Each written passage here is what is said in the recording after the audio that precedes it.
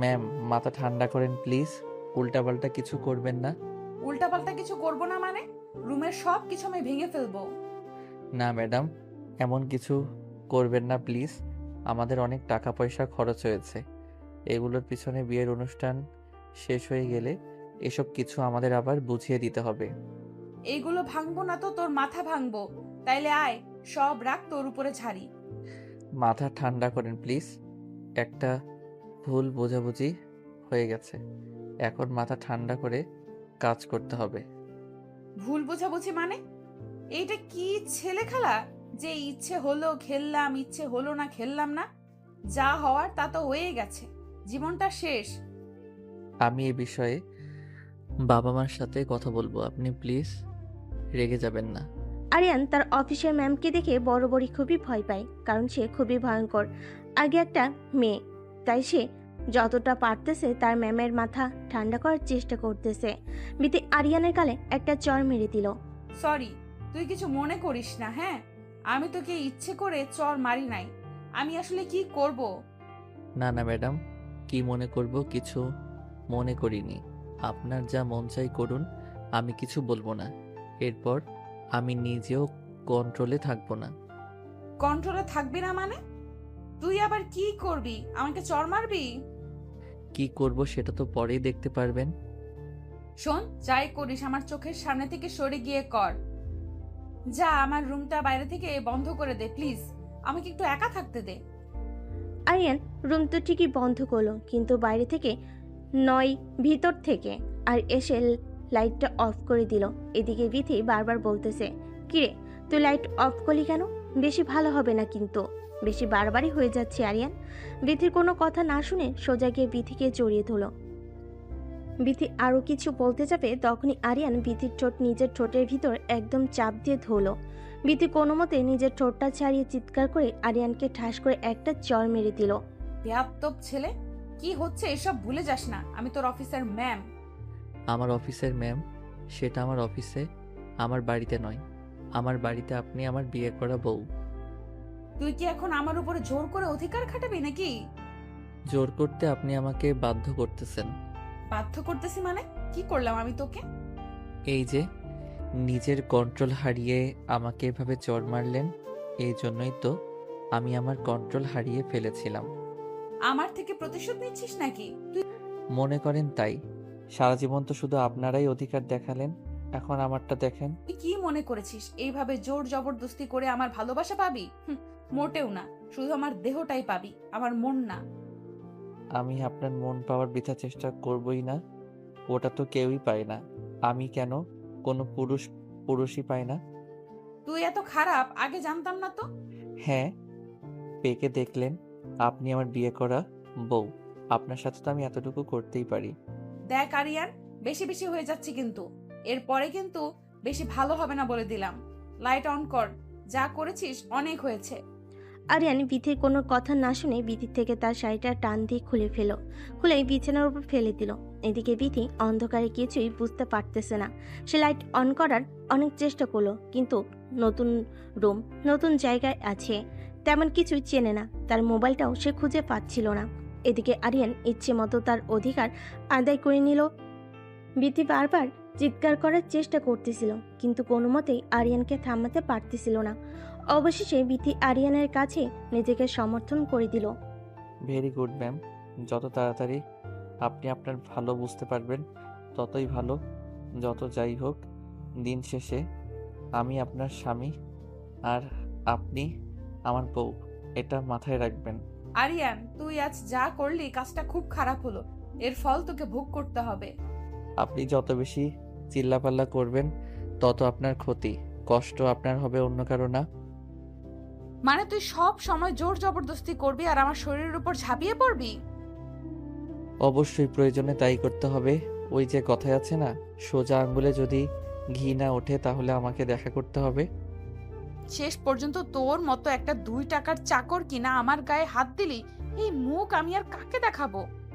যত তাড়াতাড়ি আমাকে স্বামী হিসেবে মেনে নেবেন তত তাড়াতাড়ি আপনার মঙ্গল। আরিয়ান চুপ কর, আমার কিন্তু রাগ উঠতেছে, বেশি ভালো হবে না কিন্তু, তোর মাথা ফাটিয়ে দেব। আচ্ছা, চুপ করলাম। ম্যাম চলেন, ফ্রেশ হয়ে আসি, ঘুমাতে হবে না। ফ্রেশ হব মানে? এই শীতের দিনে আমি কি এখন ওয়াশরুমে গিয়ে ঠান্ডা পানি নাড়াবো নাকি? আপনার শরীর তো এখন নাপাক হয়ে আছে, পবিত্র হতে হবে না।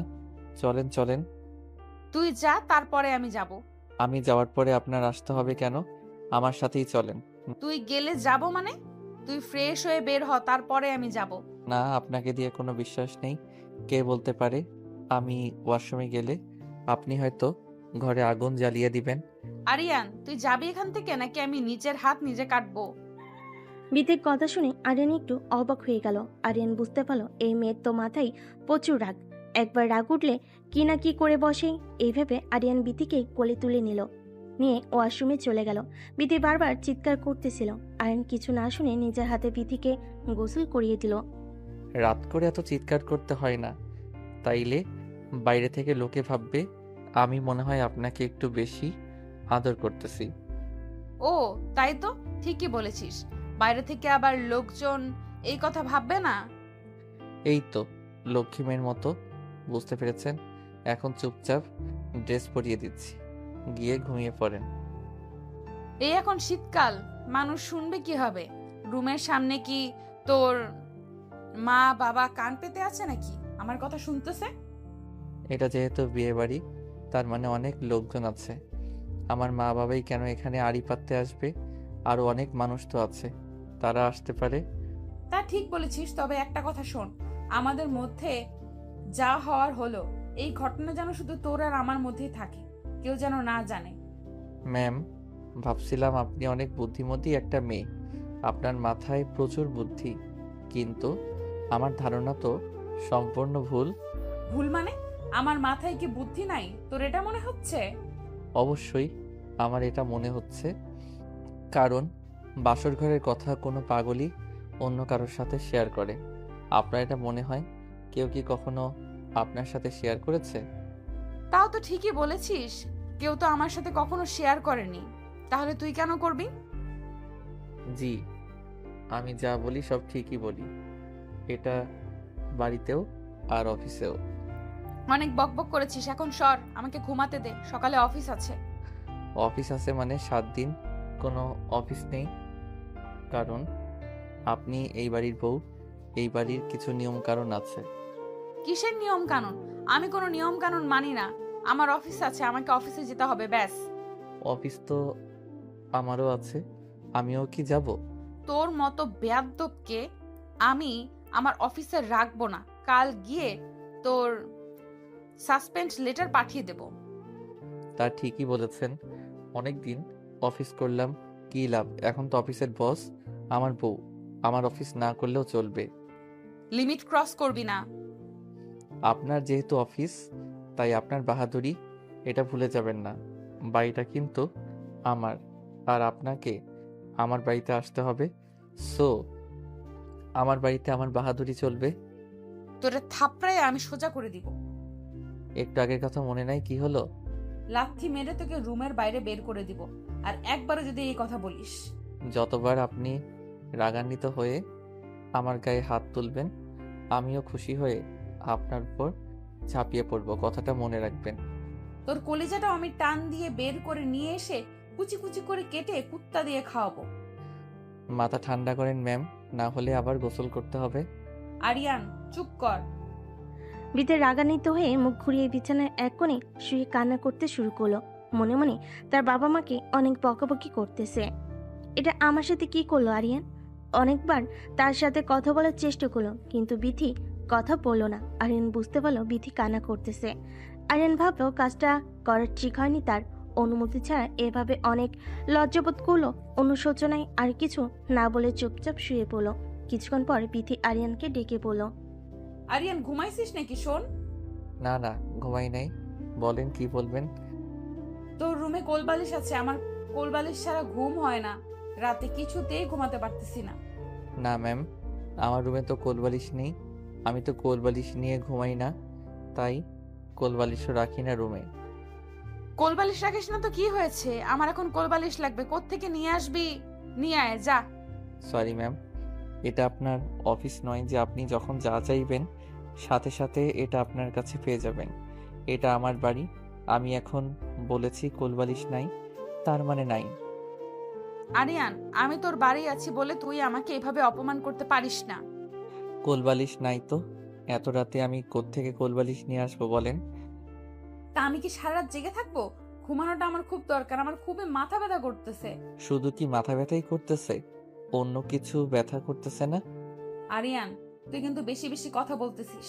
আমি কিন্তু এরপরে কি করে ফেলবো এটা আমি নিজেও জানি না। বিথির এই কথা শুনে আরিয়ান বিথিকে শক্ত করে জড়িয়ে ধরল। বিথি বারবার চানোর চেষ্টা করতেছিল আর বারবার বলতেছিল, তুই এত খারাপ চরিত্রে, এতে সমস্যা। আমি একটা মেয়ে মানুষ বলে আমার দুর্বলতার সুযোগ নিয়ে তুই বারবার আমার সাথে এরকম করতে পারিস না। তুই কিন্তু আমাকে জোর জবরদস্তি করতেছিস।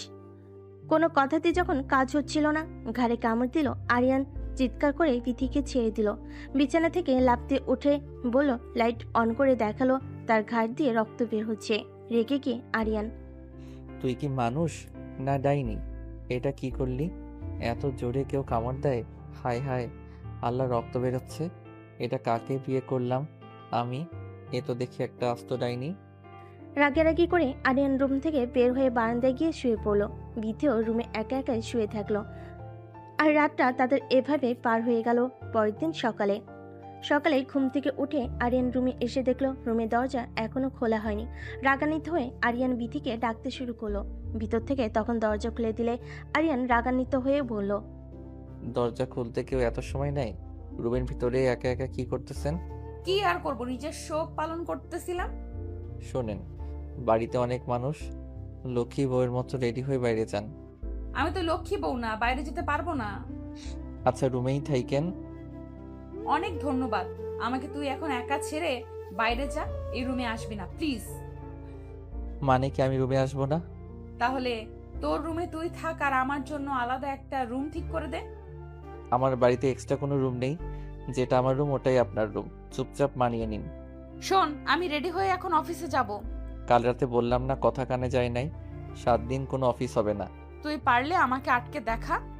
আপনার সাহস থাকলে আপনি রুম থেকে বের হয়ে তো দেখান। বিথি ওয়াশরুমে গিয়ে অফিসের ড্রেস পরে অফিসে যাওয়ার জন্য বের হতে লাগলো। আরিয়ান রাগান্বিত হয়ে বিথির হাত ধরে টান দিয়ে বিছানার উপর ফেলে দিল। বিথি আরিয়ানকে চড় মারতে যাবে, তখনই আরিয়ান বিথির 2 হাতের ভিতর তার 2 হাত দিয়ে বিথিকে শক্ত করে ধরলো। বুঝতে পারতেছিল এখন কিছু একটা হবে, তাই বিথি বারবার বলতেছিল, ঠিক আছে আমি অফিসে যাব না আরিয়ান। বিথির কোনো কথা না শুনে বিথির শরীর থেকে তার অফিসের ড্রেস টেনে খুলে দিল। বিথি রেগে গিয়ে, আরিয়ান, তোর কতদিনের শখ ছিল আমার শরীরটা ভোগ করার? কোনোদিনই শখ ছিল না। কাল রাত থেকে তো দেখতে পারতেছি কথায় কথায় আমার উপর ঝাঁপিয়ে পড়তেছিস। যেমন কুকুর তেমন মুগুর। কথা না শুনলে এভাবে শায়েস্তা করতে হবে। শুয়োরের বাচ্চাকে করবে আমাকে শায়েস্তা? হ্যাঁ, তোর এত পাওয়ার কি নিয়ে শুনি?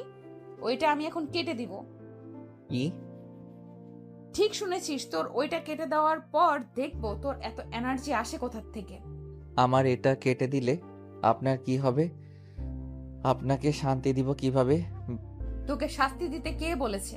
তোর মতো হারামজাতাকে আমার চোখের সামনে আমি দেখতে চাই না। আরিয়ান বিথির চোখে হাত দিয়ে ধরে বিথির ঠোঁটে কিস করতে লাগলো। বিথির তখন কিছুই করার ছিল না। না সেই তার হাত দিয়ে কিছু করতে পারতেছে, আর না সেই মুখ দিয়ে কথা বলতে পারতেছে। বেশি ছোটাছুটি করো না, ব্যথা পাবা।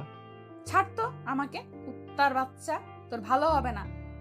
আরিয়ান বিথির কোনো কথা না শুনে ইচ্ছে মতো আদর করতে লাগলো, ঠিক রাতের মতো। আরিয়ান দেখতে পেল বিথির ব্যথায় ছটফট করতে করতে কান্না করতেছে। আরিয়ান তখন চুপচাপ ছেড়ে দিল।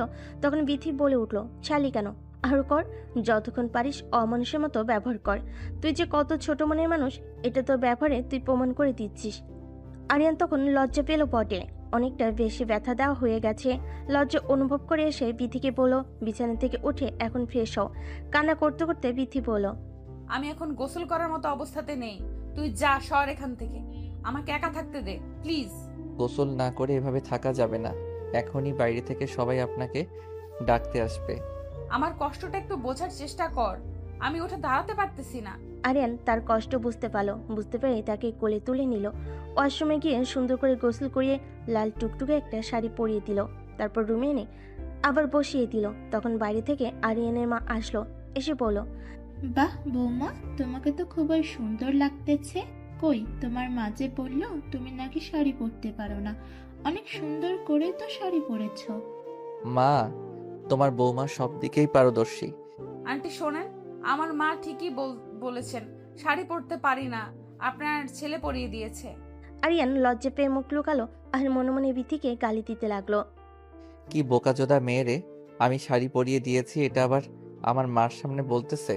মা আগে বের হোক, তারপরে তোর হচ্ছে। বাবা আরিয়ান, তাড়াতাড়ি নিচে আসো, সবাই তোমাদের জন্য অপেক্ষা করতেছে। ঠিক আছে মা, তুমি যাও, আমি আসতেছি। শোন আরিয়ান, তুই বাইরে গেলে যা, আমি যাব না। রুমে যত থাকবে তত তোমার বিপদ হবে। তুই কতটা জানোয়ার হতে পারিস সেটাও আমি দেখব। নিজের বউকে আদর করা যদি জানোয়ার হয়ে থাকে, তাহলে আমি জানোয়ার। তার বাচ্চার কিভাবে গালি দিলে তোর লজ্জা হবে। গালি দিয়ে তুমি আমাকে লজ্জা বানাতে পারবে না। বেটার হবে আমাকে ভালোবেসে বোঝালে। ভালোবাসা মাই ফুড, তুই জীবনেও কোনোদিন আমার ভালোবাসা পাবি না। সময় আসুক, দেখা যাবে। চল, তোর মা বাইরে যেতে বলো, দেখি বাইরে আবার কি নাটক হয়। মানুষের সামনে গেলে একটু ভদ্র ভাষায় ভালোভাবে কথা বলো। ওয়েট ওয়েট ওয়েট, তুই কোন সাহসে আমাকে তুমি করে বলতেছিস? তুই ভুলে যাস না আমি তোর অফিসের বস। আপনি তো আপনি করে কথা বল। ম্যাম, আপনি কেন ভুলে যাচ্ছেন? এটা আপনার অফিস নয়, এটা আমার বাড়ি।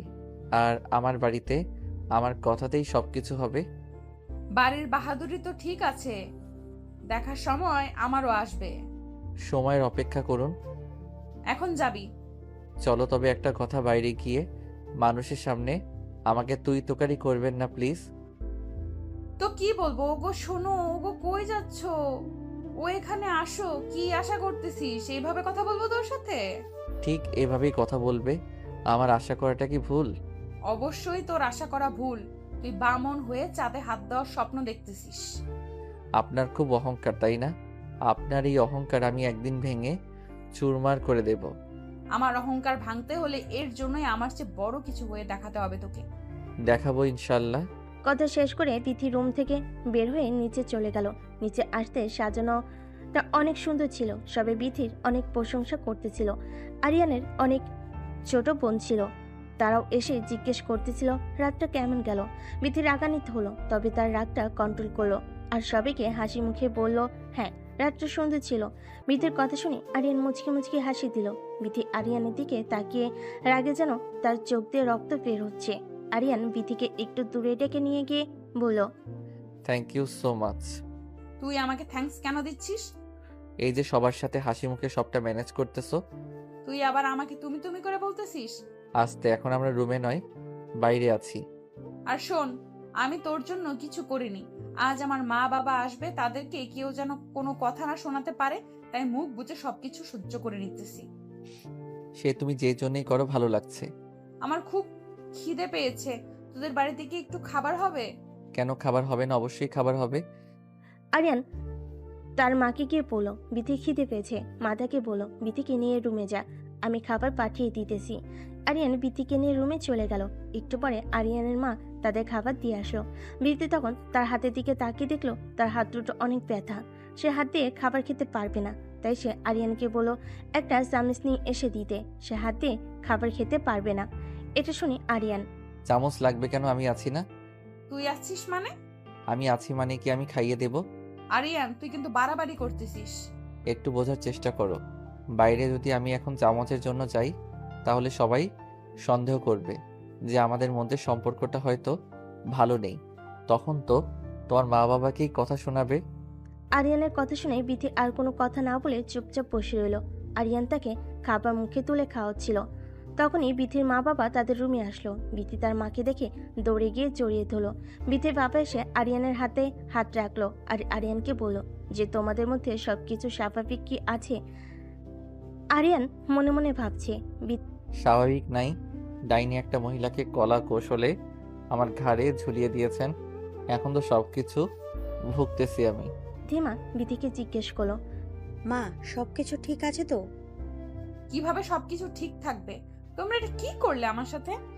কি করলাম মানে? কি করলে মানে বুঝতে পারতেছো না? তোমরা জেনে শুনে আমার অফিসের একটা এমপ্লয়ের সাথে আমাকে বিয়ে দিয়ে দিলে? এটা আমাকে জানানোর প্রয়োজন মনে করলে না? ছি ছি, এভাবে কথা বলতে হয় না। এখনো তোমার স্বামী, এটা ভুলে যেও না। আমি এটা তোমাদের থেকে আশা করিনি মা। মা বাবা যা করে সন্তানের ভালোর জন্যই করে, এটা ভুলে যেও না। এখানে তোমরা আমার কি ভালো দেখলে? এখানে আমার কি ভালো হচ্ছে? এখানে তোমার সবটাই ভালো। দিব্যি তো এসে দেখলাম কত সুন্দর আরিয়ান বাবা তোমাকে খাবার খাইয়ে দিচ্ছিল। শুধুমাত্র একটু খাবার খাইয়ে দিচ্ছিল, এটার জন্য এটা ভেবে নিও না তোমার মেয়ে সুখে আছে। প্রথমে কোনো কিছুই স্বাভাবিক থাকে না, আস্তে আস্তে সব কিছু স্বাভাবিক হয়ে যায়। বিথির মায়ের কথা শুনে বিথির বাবা আরিয়ানকে যে বলল, বাবা তুমি কি আমার মেয়েকে কষ্ট দিচ্ছ? আর মেয়েটা বলতেছে সে সুখে নেই। আমি কিন্তু আমার মেয়েকে তোমার হাতে তুলে দিয়েছি তার মুখে হাসি দেখার জন্য, তার মুখে কষ্ট দেখার জন্য না। তখন আরিয়ান বলল, আঙ্কেল, সবকিছু ম্যানেজ করতে একটু সময় লাগবে। তাদের কথা শুনে বিথি বলল, ওর হাতে তুলে দিয়েছো মানে বাবা, তার মানে আরিয়ান আগে থেকে সবকিছু জানতো? না, আরিয়ান কোনো কিছুই জানতো না আগে থেকে। যাই বলো বাবা, আমি তোমাদের কোনো দিনও ক্ষমা করতে পারবো না। কেন ক্ষমা করতে পারবা না? কি হলো? কোনো ভুল তো দেখতেছি না এখানে। সামান্য 2 টাকার স্যালারির একটা চাকরের সাথে তুমি আমাকে আমার বিয়ে দিয়েছো, আবার বলতেছো কোনো ভুল দেখতে পারতেছো না? বিথি, ভুলে যেও না ও তোমার স্বামী। এখন সম্মান দিয়ে কথা বলো, আর ওর সম্মান মানে তোমার সম্মান, এটা ভুলে যেও না। কিসের স্বামী বাবা, কিসের স্বামী? ওকে আমি স্বামী বলে কখনো মানি না, আর না কোনোদিন মানবো। এই আরিয়ানকে নিয়ে তুমি একদিন গর্ব করবে, এই কথাটা আজ আমি বলে দিলাম। এই কথা বলে বিথির বাবা আরিয়ানকে বলল, কি বাবা, আমার কথা রাখতে পারবে তো? আমার মেয়ের এই অহংকার তোমাকে ভাঙাতে হবে, তোমাকে দেখিয়ে দিতে হবে তুমি ওর থেকে ভালো কিছু হতে পারো। কি পারবে তো? বিথির বাবার কথা শুনে আরিয়ান বলল, ইনশাল্লাহ আঙ্কেল, অবশ্যই আমি পারবো, তাও খুব তাড়াতাড়ি। চামড়ার মুখ তো অনেক কিছুই বলা যায়। তোমাদের সকলকে আমি প্রমিস করলাম খুব তাড়াতাড়ি বিতির থেকে ভালো কিছু হয়ে দেখাবো। যেদিন দেখতে পারবি সেই দিন এইসব কথা বলিস, যেদিন দেখাতে পারবি সেই দিন এইসব কথা বলিস। তোর মুখে এইসব কথা মানাচ্ছে না। আচ্ছা, অনেক কথা হয়েছে আঙ্কেল আন্টি, আপনারা বসেন। আমার মা বাবাকে নিয়ে তোকে এত ভাবতে হবে না, আমার মা বাবাকে আমি দেখে নেব। ঠিক আছে, তোমার মা বাবা এসেছে, তুমি কি তাদের দেখাশোনা করবে? কিন্তু তোমার তো খাওয়া শেষ হয়নি, আসো বাকিটা খাইয়ে দিই। না গো, অনেক করেছো, অনেক ধন্যবাদ। এখন আমাকে উদ্ধার কর। বিথির মুখে এমন কথা শুনে আরিয়ান মুচকি হেসে উঠল। যখন বিথি আরিয়ানকে বলল, কি ব্যাপার, হাসছিস কেন? আরিয়ান কিছু বলার আগে বিথির বাবা বলল, সম্পর্কে টানা পড়া এভাবে আস্তে আস্তে শেষ হয়, এটা তো শুরু। আস্তে আস্তে সবকিছুই ঠিক হয়ে যাবে, দুজনকে একটু মানিয়ে নিতে হবে। তারপর আরিয়ানকে বলল, বাবা, আমার মেয়েটা একটু রাগী, তুমি তো জানো, ওকে একটু সামলে রেখো। তাদের কথা শেষ করে বিথির মা বিথির বাবাকে বলল, আচ্ছা, ওদেরকে একা ছেড়ে দাও, চলো আমরা বাইরে যাই। তখন আরিয়ান বিথিকে টান দিয়ে জড়িয়ে ধরলো। বিথি রেগে গিয়ে, ওরের বাচ্চা, আবার তুই আমাকে জড়িয়ে ধরেছিস? ছাড়। তোমার মুখে এমন কথা শুনে মনে হচ্ছে তোমার ঠোঁটটাও কামড় দিয়ে দেই। এত বছর আমি তোর সাথে কাজ করলাম, তোর চরিত্র এতটা খারাপ কখনো জানতেই পারলাম না। আরে, তোমার চরিত্র খারাপ, চরিত্র খারাপ এইভাবে কেন বলতেছো? তুমি অফিসে গিয়ে সবাইকে জিজ্ঞেস করো তাদের স্বামী আর স্ত্রীর মধ্যে সম্পর্কটা কেমন। বিথি অনেক ছোটাছুটি করার পর যখন ছুটতে পারলো না, বাধ্য হয়ে আরিয়ানের কানে এত জোরে কামড় দিল, আরিয়ান বিশাল একটা চিৎকার দিয়ে উঠল।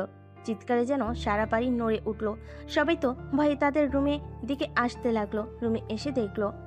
সবাই রুমে এসে দেখলো আরিয়ান আর বিথি দুজন দুজনকে জড়িয়ে আছে। আর তাদের এই অবস্থা দেখে সবাই লজ্জা পেল। তবে আরিয়ানের মা জিজ্ঞেস করলো, কিরে বাবা, এত জোরে চিৎকার করে উঠলে কেন?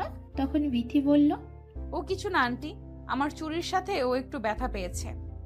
কিরে আরিয়ান, তুই কি এখনো ছোট আছিস নাকি? চুরির সাথে একটু ব্যথা করে চিৎকার করে ওঠে। ও তুমি বুঝবে না মা, যাবে এখান থেকে সবাই। আপনার ছেলেটা একটু গাধা টাইপের তো, তাই। একদম গাধা বলবা না। তাদের রুম থেকে সবাই বের হয়ে গেল। তারা বুঝতে পারলো নতুন নতুন জামাই বউয়ের ঘরে এরকম একটু একটু সাউন্ড হবে। সবাই রুম থেকে বের হতে গিয়ে আরিয়ানের মামাতো বোন এসে আরিয়ানকে বলল, ভাইয়া, এত জোরে চিৎকার করার কথা তো ভাবি চিৎকার না করে তুমি করলা যে, বিষয়টা ঠিক বুঝলাম না। চোর ডাকাত থেকে এত দূরে চিৎকার করে নাকি? আরিয়ান তখন ধমক দিয়ে বলল, তোর এত কিছু বুঝতে হবে না, বেশি পেকে গেছিস, যা এখান থেকে ভাগ। আরিয়ানের বোন তখন রুম থেকে বের হয়ে গেল। আরিয়ান রুমের দরজা বন্ধ করে দিয়ে বিথিকে ধমক দিয়ে বলল, বিথি, এটা কি ধরনের ব্যবহার তোমার? রাতে একবার ঘাড়ে কামড় দিলে, এখন আবার কানে কামড় দিলা, কি সমস্যা কি? তাই তোর সমস্যা কি জানোয়ার? তোর কথায় কথায় এভাবে আমাকে জড়িয়ে ধরতেছিস কেন? তুমি আমার বউ, আমি তোমাকে জড়িয়ে ধরবো না, এটা কোনো কথা? সেটাই তো, তুমিও তো আমার জামাই, আমি তোমাকে কামড় দিব না, এটা কোনো কথা? দেখবি তুই আমার মেজাজটা গরম করে দিবি না। শয়তান, তুই এখন আবার আমাকে তুই তুকারি করছিস? তুই এখন থেকে যেভাবে কথা বলবি আমার সাথে, আমিও ঠিক এভাবেই কথা বলবো। তাহলে আমি তোকে এভাবে কামড়াতে থাকবো? তুই কি ভাবছিস এইভাবে তুই আমাকে কামড়াবি আর আমি সেই ভয়ে তোর কাছে যাব না? তুই যে ধরনের কুকুর, কুকুরের ল্যাজ তো কোনোদিনও সোজা হয় না, তোরও হবে না। তুই যাই করিস, আমার অধিকার আমি আদায় করেই ছাড়বো। বিথি আরিয়ানের সাথে বেশি কথা না বলে বাইরের বারান্দায় গিয়ে মন খারাপ করে বসে থাকলো। এদিকে আরিয়ান তার কান ধরে বিছানায় বসে থাকলো। কানে প্রচন্ড ব্যথা হচ্ছে। বিথি এটা বুঝতে পারলো, তাই সে রুমে এসে আরিয়ানকে বলল, কানে কি খুব ব্যথা করতেছে? তা শুনে তোর কাজ নেই, যা সর। কাল রাত থেকে এখন পর্যন্ত তুই তো আমাকে কত ব্যথা দিলি। তো তুই কি প্রতিশোধ নিচ্ছিস নাকি? প্রতিশোধ না, আমার আত্মসম্মান রক্ষা করতেছি। বিয়ের পর আবার মেয়েদের আত্মসম্মান হয় কিভাবে? কেন, বিয়ের পর কি মেয়েরা সবকিছু বিক্রি করে দেয় নাকি? বিক্রি করে দেয় না অবশ্য, তবে বিয়ের পর মেয়েদের নিজের বলে কিছু থাকে না, সবকিছু তার স্বামীর। তোকে স্বামী বলে কে মানে শুনি? মানবে মানবে, তুমি মানবে। বিয়ে বাড়ির সমস্ত কাজ শেষ করে, খাওয়া দাওয়া শেষ করে এবার বিথিতে বাড়ি যাওয়ার পালা। সন্ধ্যার আগেই বিথির মা বাবা বিথি আর আরিয়ানকে তাদের বাড়িতে নিয়ে গেল। বিয়ে বাড়ির এটা নিয়ম। বিথিতে বাড়ি যাওয়ার পর বিথির মা আরিয়ান আর বিথিকে তাদের রুম দেখিয়ে দিল। রুমে গিয়ে বিথি আরিয়ানকে বলল, শোন, এটা কিন্তু তোর বাড়ি না, এটা আমার বাড়ি। জি ম্যাম, আমি জানি যে এটা আপনার বাড়ি। ভেরি গুড, এইভাবে আমার সাথে কথা বলবি। বয়েই গেছে আমার এভাবে কথা বলতে, মোটেও আমি এভাবে কথা বলবো না। এইভাবে কথা না বললে তোর ঘাড় ধরে বাড়ি থেকে বের করে দেব। বিথি ঝগড়া করতেছিল। এদিকে আরিয়ান দরজার দিকে তাকিয়ে দেখলো বাইরে থেকে বিথির বাবা তাদের দিকে তাকিয়ে আছে। এটা দেখা মাত্র আরিয়ান বিথিকে শক্ত করে জড়িয়ে ধরলো। জড়িয়ে ধরে কানে কানে বলতে লাগলো, তোমার বাবা বাইরে দাঁড়িয়ে আছে, ঝগড়া করো না, নইলে তোমার বাবা কষ্ট পাবে। তুমিও আমার মতো অভিনয় করো। আরিয়ানের কথা শুনে বিথিও আরিয়ানকে জড়িয়ে ধরলো। এটা দেখে বিথির বাবা হাসতে হাসতে বাইরে গিয়ে বিথির মাকে বলল, জানো বিথির মা, মেয়ে আর মেয়ের জামাইকে ডাকতে গিয়েছিলাম তাদের রুমের সামনে। হ্যাঁ, তো কি হলো? আসে না ওরা? আর বলো না, গিয়ে তো আমি লজ্জা পড়ে গেছি। কেন, কি হলো আবার? রুমের সামনে গিয়ে দেখলাম ওরা দুজন। ওরা দুজন কি বলে? তুমি আর আমি বিয়ের পরে যা করতাম ওরা তাই করতেছে। তুমিও না পুরো বয়সে ভীমরতি ধরেছে না? আরে আমি কি ইচ্ছে করে গিয়েছি নাকি? আমি তো ডাকতে গিয়েছি, গিয়ে দেখি এই অবস্থা, সাথে সাথে আমি চলে আসলাম। এখন চুপ করো, নাইলে ওরা কথা শুনতে পারবে, তখন আবার লজ্জা করে যাবে। যাক, আমার মেয়েটা তো সবকিছু মানিয়ে নিতে পারছে, এটাই অনেক। আর ছেলেটাও ভালো, তোমার বদমেজাজি রাগের মেয়েটাকে ঠিকই সামলে নিতেছে। ঠিক বলেছো, ছেলেটা অনেক ধৈর্যশীল একটা মানুষ। বিথির মা আর বাবা কথা বলা শেষ না করতেই বিথি আরিয়ান খাওয়ার টেবিলে চলে আসলো। তার খেতে খেতে অনেক গল্প করলো। খাওয়া শেষ হয়ে গেলে বিথির ছোট বোন বিথিকে বলল, আপু ভাইয়া, আমি আর তুই আজ আমাদের সামনে যে বাগানটা আছে ঘুরতে যাব, অনেক মজা হবে। খাওয়া দাওয়া করেই চল, রেডি হই আমরা বের হই। বোনের কথা শুনে বিথি বলল। না, কোথাও যাব না। তখন আরিয়ান বলল, কেন যাব না? আমরা ছোট মানুষ, আবদার করেছে, অবশ্যই যাব। আপনি গেলে যান, আমি যাব না। না না আপু, তুইও চল প্লিজ, তুই না গেলে মজা হবে না। প্লিজ আপু চল। আরে তোমার বোনকে অত জোর করতে হবে না, ও এমনি যাবে। তুমি যাও, রেডি হও গিয়ে। আরিয়ানের মুখে এমন কথা শুনে বিথি আরিয়ানকে রুমে নিয়ে এসে বলল, তুই বেশি পাকনা হয়ে গেছিস তাই না? তোকে কে এত বাল পাকনা কথা বলতে বলেছে?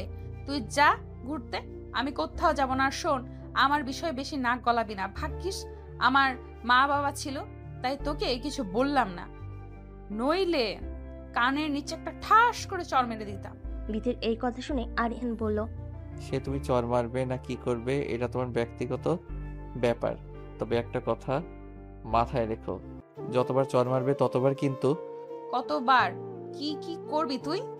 ততবার কি দেখাবো। দেখা দেখি কি করবি? মারবি আমাকে? মার। না না, কি বলো এসব? আমার 10টা না 5টা না একটা মাত্র বউ, তাকে কি আমি মারতে পারি? আমার সামনে থেকে সর, না হলে তোর ওই জায়গায় লাথি মারবো। আরে না, ভুলেও এই কাজ করবা না, ওখানে লাথি মারলে কিন্তু আমি মরে যাব। আমি তো ওটাই চাই যে তুই মরে যা। তুই মরে গেলেই তো আমি ভাবছি। ওইটাই তো মেয়েদের একমাত্র শান্তির জায়গা। তুমি তোমার ভালো বুঝতে পারতেছো না। আমি আমার ভালো অবশ্যই বুঝি। আমি তোর সাথে থাকলে আমার যে কোনো ভালো হবে না এটা আমি খুব ভালোই বুঝতে পারতেছি। বেশি কথা না বলে যাও, রেডি হও, এখন তোমার বোনকে নিয়ে বের হব। চরিত্রহীন লোক, এখন আবার আমার বোনের দিকে নজর গেল নাকি তোর? সি সি সি, কি কথা বলো? তোমার বোন মানে আমারও ছোট বোন না?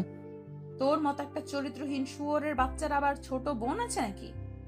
বিথির মুখে এমন কথা শুনে আরিয়ান বিথিকে জড়িয়ে ধরে বিছানার উপর পড়ে গেল। আর বিথি বারবার আরিয়ানকে বলতেছে, আমার উপর থেকে সর, আমার কিন্তু ব্যথা লাগতেছে।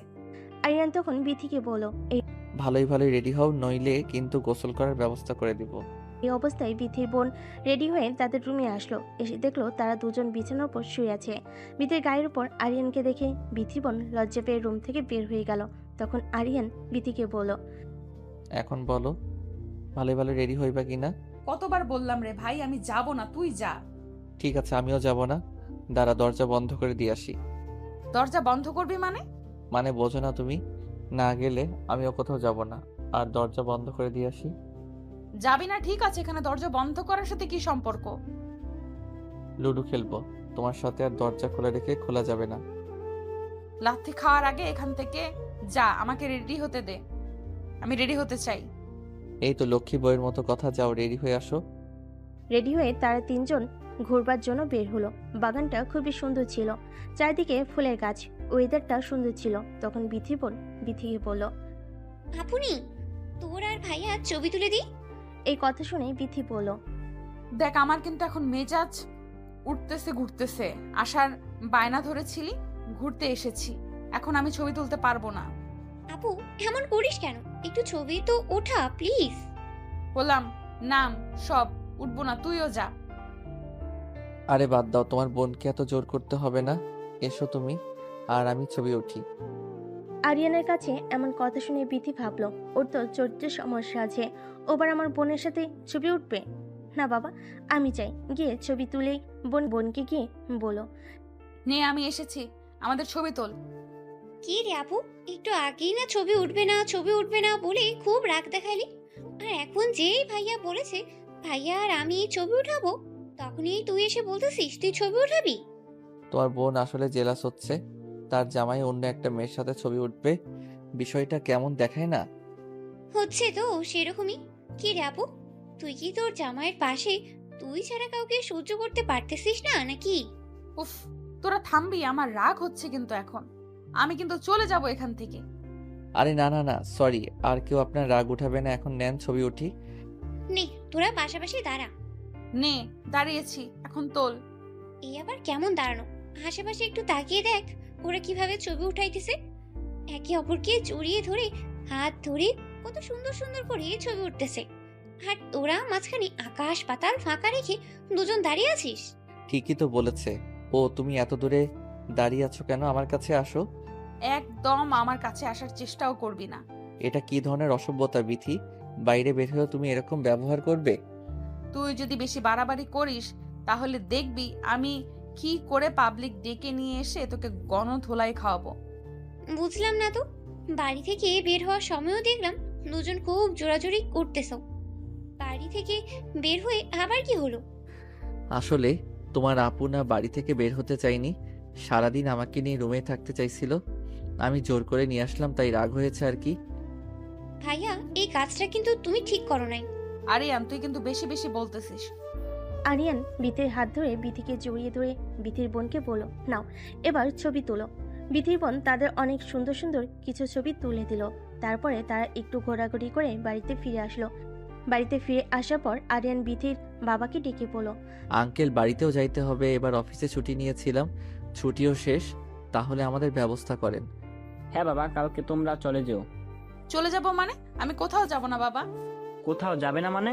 তোমার স্বামীর বাড়ি ওইটাই এখন থেকে তোমার নিজের বাড়ি। ওটা আমার বাড়ি হতে যাবে কেন? এইটা আমার নিজের বাড়ি। সরি, এটা তোমার নিজের বাড়ি নয়, এখন থেকে তোমার স্বামীর বাড়ি তোমার নিজের বাড়ি। এ বাড়িতে তোমার কোনো জায়গা নাই। তুমি এত বড় কথা বলতে পারলে বাবা আমাকে? কষ্ট হলেও কথা এটাই সত্যি। তার বাবার এরকম অপমানজনক কথা শুনে বিথি রাগান্বিত হয়ে আরিয়ানের হাত ধরে টানতে টানতে রুমে নিয়ে গেল। রুমে গিয়ে আরিয়ানকে বলল, তাড়াতাড়ি জিনিসপত্র গোছা, তোর বাড়িতে যাব। এই বাড়িতে আমি আর এক মুহূর্তও থাকবো না। এই কথা শুনে আরিয়ান বলল, আরে তুমি রাগ করতেছো কেন? তোমারই তো বাবা। আরিয়ান, মেজাজটা গরম করিস না। তুই যাবি কিনা যাবি না? যাবো না কেন? অবশ্যই যাব। চলো রেডি হও।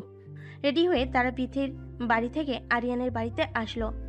আরিয়ানের বাড়িতে আসার পর আরিয়ানের মা আরিয়ানকে জিজ্ঞেস করলো, কি রে বাবা, এত তাড়াতাড়ি চলে আসলি যে? কোনো সমস্যা হয়েছে কি? না না, কোনো সমস্যা হয়নি। তোমার বৌমা নাকি এই বাড়িতে থাকতে ইচ্ছে করতেছে না। কি বলিস বাবা? বাবার বাড়িতে গেছে আর থাকতে ইচ্ছে করতেছে না কেন? ওই বাড়িতে আমার সাথে সময় কাটাতে পারতেছে না তো ঠিক মতো, তাই। ও আচ্ছা, বুঝতে পেরেছি। আচ্ছা বাবা, রুমে যা। রুমে গিয়ে বিথি রেগে আরিয়ানকে বলল, তোর মায়ের কাছে মিথ্যে বললি কেন? তোর সাথে আমি সময় কাটানোর জন্য ও বাড়িতে চলে আসলাম। আরিয়ান তখন বলল, এই কথা না বলে কি বলতাম যে তুমি ঝামেলা করে চলে এসেছো? তোমার মাথার ভিতরে দেখি কিছুই নেই, গোবর আছে শুধু, বলদ একটা। শোন, আমি ঘুমাইলাম, কাল সকাল থেকে অফিস আছে। ঘুমাও, আমি ফ্রেশ হয়ে আসতেছি, আমিও ঘুমাবো। তুইও ঘুমাবি মানে? চুপচাপ নিচে ঘুমা। আরে না, নিচে আমার ঘুম ধরে না। তাহলে তুই উপরে থাক, আমি নিচে ঘুমাচ্ছি। না, তোমাকে নিচে ঘুমাতে হবে না, থাক, আমি ঘুমাবো না। বিথি বিছানার উপরে আর আরিয়ান নিচে শুয়ে পড়ল। লাইট অফ করে দিল তারা। দুজনে ঘুমিয়ে পড়েছে। হঠাৎ করে বিথি চিৎকার দিয়ে উঠল। চিৎকার শুনে আরিয়ান, কি ব্যাপার, এত চিৎকার করে উঠেছো কেন? আগে লাইট অন কর তাড়াতাড়ি। কি হয়েছে এবার বলো। কিরে, ঘুমের ঘোরে হঠাৎই আমার মনে হলো যেন আমার গায়ের উপর দিয়ে কিছু একটা বিড়বিড় করতেছে। আমি নিচে ঘুমাচ্ছি, আমার গায়ের উপর দিয়ে কিছু বের করতেছে না। তুই উপরে ঘুমাইছো আর তোমার গায়ের উপর দিয়ে বের করতেছে আজাইরা কথাবার্তা রাত করে। বিশ্বাস করা, মিথ্যা কথা বলতেছি না। বুঝলাম মিথ্যা বলতেছো না, কিন্তু কই, কিছুই তো আমি দেখতে পারতেছি না। এখানেই ছিল, চলে গেছে হয়তো। হ্যাঁ ভালোই হয়েছে, এখন যাও ঘুমাও। লাইট অফ করিস না, অনই থাক আজ। আচ্ছা, অফ করলাম না, এবার ঘুমাও। আরিয়ান নিচে গিয়ে ঘুমিয়ে পড়ল। একটু পরে বিথি দেখলো বিছানার উপর আরশোলা হাঁটতেছে। এটা দেখার সাথে সাথে বিথি চিৎকার দিয়ে লাফ দিয়ে নিচে নেমে আরিয়ানকে শক্ত করে জড়িয়ে ধরলো। আরিয়ান ভয় পেয়ে বলে উঠল, আরে কি হয়েছে, এভাবে নিজে থেকে আমাকে জড়িয়ে ধরছো যে? আমার বিছানার উপর আরশোলা। কোথায় আসলা দেখি, কই, এখানে তো কিছুই নেই। এইখানেই ছিল, বিশ্বাস কর, আমি নিজের চোখে দেখলাম, এখান থেকে হাঁটাহাঁটি করতেছে। শুধু তুমি দেখলে হবে, আমাকে তো দেখতে হবে। কই দেখছি, আমাকে দেখাও। সত্যি তো, এখানেই তো ছিল, কই গেল? এমনি বললেই তো হয়, তোমাকে ছাড়া আমার ঘুম ধরতেছে না, আমাকে জড়িয়ে ধরতে ইচ্ছে করতেছে, তা না বলে এত বাহানা করতে হবে কেন? শোন, আমার তোকে জড়িয়ে ধরার কোনো ইচ্ছে নেই, কিন্তু সত্যি এখানে আসলে ছিল। আচ্ছা এখন তো নেই, এখন যাও ঘুমাও, আমাকে ঘুমাতে দাও। না, আমি আর ওখানে ঘুমাবো না, আমি এখানেই ঘুমাবো। আচ্ছা তুমি এখানে ঘুমাও, তাহলে আমি উপরে গেলাম। উপরে যাইবা মানে? উপরে যেতে হবে না, তুই আমার সাথে ঘুমা। সত্যি আমি তোর সাথে ঘুমাবো? হ্যাঁ ঘুমাগা, শুধু ঘুমাবি, ঘুমাতে বলছি, এর মানে এই নয় যাতে উল্টাপাল্টা কিছু একটা করবি। আরে না, কি যে বলো, কি করব? আসলে দেখে আমার খুব ভয় লাগে। আচ্ছা এখন তো আমি আছি, আসলে দেখলে মেরে ফেলবো নি, তুমি ঘুমাও। শোন, তুই ঘুমাস না প্লিজ, আগে আমি ঘুমাই, তুই জেগে থাক। মানে কি, তুমি ঘুমাইবা আর আমি জেগে জেগে তোমাকে পাহারা দিব? এত রাতে এমন করিস না প্লিজ, আগে আমি ঘুমাই। আল্লাহ, কি মুসিবতে পড়লাম। ঠিক আছে ঘুমাও, জেগে আছি। আরিয়ানকে জাগিয়ে রেখে বিথি ঘুমিয়ে পড়ল। ঘুমন্ত বিথিকে দেখতে এত সুন্দর লাগতেছে। আরিয়ান মুগ্ধ হয়ে বিথির দিকে তাকিয়ে আছে। তাকিয়ে থাকতে থাকতে হঠাৎ লাইটটা অফ করে দিয়ে আরিয়ান বিথির ঘাড়ে তার মাথাটা রাখলো। বিথির হাতের ভিতর তার হাতটা দিল। বিথির গলায় নিচ দিয়ে আরিয়ান তার ঠোঁটের আলতো পরশ দিল। বিথি বুঝতে পারলো আরিয়ান তার শরীরে স্পর্শ করতেছে। বুঝতে পেরেও সেও কিছু বলতে পারতেছিল না। আরিয়ান আস্তে আস্তে বিথির সারা শরীর কিস করলো। বিথির তখন ঘুম ভেঙে গেল। আরিয়ানকে জিজ্ঞেস করলো, আরিয়ান কি করছো এটা? তোমার না আমাকে পাহারা দেওয়ার কথা? পাহারাই তো দিচ্ছি তোমাকে। এটা কেমন পাহারা দেওয়া? তো কাছে এসেছো কেন তুমি? তুমি এতটা বেশি সুন্দর, তোমার দিকে তাকিয়ে থাকতে নিজেকে আর কন্ট্রোল করতে পারলাম না। তুমি কি আমাকে ভালোবাসো? খুব বেশি ভালোবাসি। তাহলে আসো, আমার আরো কাছে আসো। আরিয়ান বিথির আরো অনেকটা বেশি কাছে গেল। সারা রাত্রি তাকে অনেক আদর করলো, দুজন মিলে অনেক এনজয় করলো। সকালে ঘুম থেকে উঠে বিথি দেখলো তার শরীরে কোনো জামা কাপড় নেই, আরিয়ানের গায়েও কোনো জামা কাপড় নেই। অগোছালো হয়ে আছে রুমটা। বিথি দেখে অবাক হয়ে গেল। এটা কি হয়েছে রাতে? কি হয়েছে আমার সাথে? এসব ভেবে সে অনেক কান্না করতে শুরু করলো। তখন আরিয়ান জেগে গিয়ে বিথিকে জিজ্ঞেস করলো, কি ব্যাপার বিথি, সকাল সকাল এইভাবে কান্না করতেছো কেন? কান্না করবো না মানে? তুই কি করছিস রাতে আমার সাথে? কই কি করেছি? কিছুই তো করিনি। কিছু করিসনি? তাহলে আমার শরীরের জামা কাপড় কোথায় গেল? আর তুই এইভাবে আমাকে জড়িয়ে ধরে আছিস কেন? আরে মনে নেই তোমার? আগে তুমি আমাকে কাছে টানলে, তাই তো আমি তোমার কাছে গেলাম। দেখো, একদমই মিথ্যা অপবাদ দিবে না আমাকে। আমি কখনোই তোমাকে আমার কাছে টানি নাই। টেনেছো? তোমার মনে পড়তেছে না হয়তো, মাথা ঠান্ডা করে মনে করো, দেখো মনে পড়ে যাবে। আমি আসলে দেখে ভয় পাই, তাই তোকে একটু জেগে থাকতে বলেছিলাম। আর তুই আমার সুযোগের সদ্ব্যবহার ওইভাবে নিলি। দেখো বিথি, যা হয়েছে আমাদের মধ্যে তোমার ইচ্ছাতেই হয়েছে। ও এখন আমার ইচ্ছেতে হয়েছে না? বুঝেছি, এখন তোমার মাথা ঠিক নেই, তাই তুমি এসব উল্টাপাল্টা কথা বলতেছো। যা উঠে ফ্রেশ হও, আমাদের আজ অফিসে যেতে হবে। বিথি বিছানা থেকে উঠে গোসল করে ফ্রেশ হয়ে অফিস ড্রেস পরে রেডি হলো। আরিয়ান রেডি হলো। তার দুজনেই সকালে নাস্তা করে অফিসে যাওয়ার জন্য বের হলো। অফিসে যাওয়ার পর সবে বিথি আরিয়ানকে কনগ্রাচুলেশন জানালো। তাদের বিয়ের জন্য সবে আরিয়ানকে বলতেছিল, কায়দা করে অফিসে বসকে বিয়ে করে বউ বানিয়েছে আলী। সবার মুখে এমন কথা শুনে বিথির প্রচুর রাগ হচ্ছিল। রাগান্বিত হয়ে তার চেয়ারে গিয়ে বসলো। বসে বসে ভাবতেছিল কিভাবে আরিয়ানকে শাস্তি দেওয়া যায়, কিভাবে সাহায্য করা যায়। ভাবতে ভাবতে বিথি আরিয়ানকে ডেকে পাঠালো। কি ডেকেছো আমাকে? শুয়োরের বাচ্চা, তুই কাকে নাম ধরে ডাকিস? আর আমাকে তুমি তুমি করে বলতেছিস যে? সাহস তো তোর কম না? বিথি, অফিসে অনেক মানুষজন আছে, তাদের সামনে তুমি এ কি ব্যবহার করতেছো? এটা তোর বাড়ি নয়, এটা আমার অফিস। অফিসে আমাকে সবাই যেভাবে সম্মান দেয়, তুইও ঠিক সেভাবে সম্মান দিবি। বিথি, এই কথাটা তুমি আমাকে ভালোভাবে বলতে পারতে। এভাবে ডাক ছেড়ে সবার মধ্যে বলার কিছু ছিল না। কেন, তোর লজ্জা হচ্ছে নাকি? 2 টাকার ফকিন্নির বাচ্চা অফিসে আসলে এরকম কথা হজম করতেই হবে। ম্যাম, আপনি কিন্তু বেশি বেশি বলতেছেন। ঠিক এইভাবে গলা নিচু করে আমার সাথে কথা বলবে। আচ্ছা ম্যাম, আর কিছু কি বলবেন নাকি আমি এখন যাব? যাবে মানে? তোকে কি যেতে বলেছি? যা, আমার জন্য চা নিয়ে আয়। আমি চা করব কেন? চা করার কি মানুষ নেই অফিসে? হাজার হলেও তুই আমার সম্পর্কে স্বামী হোস না। আজ থেকে তোকে আমি আমার পার্সোনাল অ্যাসিস্ট্যান্ট বানালাম। সরি ম্যাম, আমি আমার যোগ্যতায় এই চাকরি পেয়েছি, আপনার পার্সোনাল অ্যাসিস্ট্যান্ট হওয়ার জন্য নয়। বেয়াদব, তুই আবার মুখে মুখে কথা বলিস। ম্যাম, আপনি যাই বলেন, আমি আপনার পার্সোনাল অ্যাসিস্ট্যান্ট হব না। আরিয়ানের এমন কথা শুনে বিথি অফিসের সবার সামনে আরিয়ানের গালে ঠাস করে একটা চড় মেরে দিল। আরিয়ান অবাক হয়ে গেল বিথির এরকম আচরণ দেখে। তখন বিথি আরিয়ানের মুখের উপর সাসমিন লেটার ছুঁড়ে দিল। অফিসের সবাই তখন লেটারটা হাতে তুলে নিয়ে পড়ল। বিথি, অফিস থেকে আমি চলে যাচ্ছি আজ, আর সবার সামনে একটা প্রতিজ্ঞা করে গেলাম, তোর এই অহংকার আমি একদিন ভেঙে চুরে ছাই করে দেব। হ্যাঁ যা যা, চেনা আছে, বেশি কথা না বলে কাজ করে দেখা। তবে যেটা করলেন আপনি, এটা ঠিক করলেন না, এজন্য আপনাকে পস্তাতে হবে। কি পস্তাতে হবে শুনি? তোর বাড়ির ভয় দেখাচ্ছিস যে তোর বাড়িতে গেলে তুই আবার আমার সাথে কুত্তার মতো ব্যবহার করবি? আমি কখনোই আপনার সাথে কুত্তার মতো ব্যবহার করি নাই, জাস্ট আমার ভালোবাসাটা বোঝাতে চাইছি, আমাদের যে সম্পর্ক এটা বোঝাতে চাইছি। কিসের আমাদের সম্পর্ক? আমাদের কোনো সম্পর্ক নেই। তুই টাকার লোভে আমাকে বিয়ে করেছিস।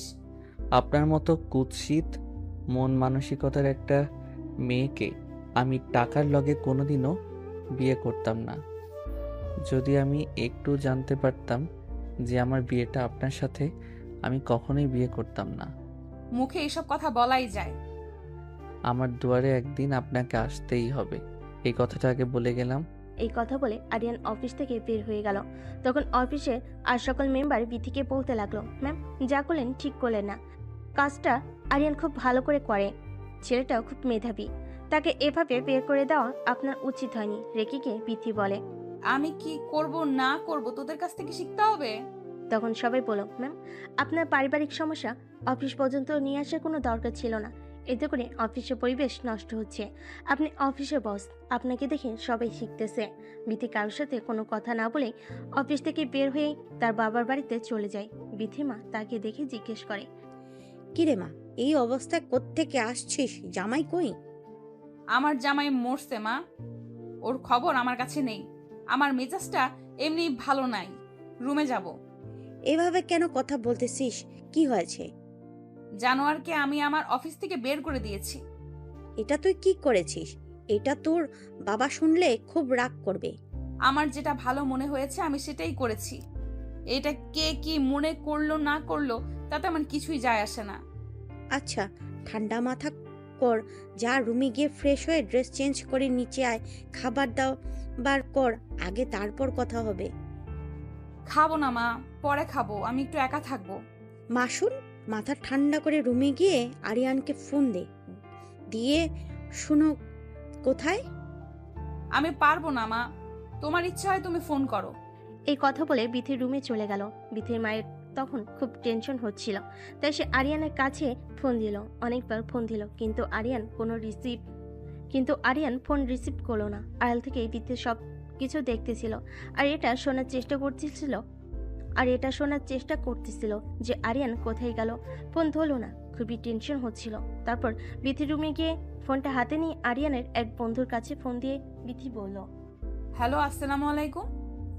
আসসালামু আলাইকুম ভাবি, কি অবস্থা, কেমন আছেন? জি আলহামদুলিল্লাহ ভাইয়া, ভালো আছি। হঠাৎ করে ফোন দিলেন যে, কিছু হয়েছে কি? সব ঠিক আছে? অনেকক্ষণ হয়ে গেল আরিয়ান ফোন ধরতেছে না। ও, এই কথা, কোনো সমস্যা নেই, আমি এখনই ফোন দিয়ে জানাচ্ছি ও কোথায় আছে।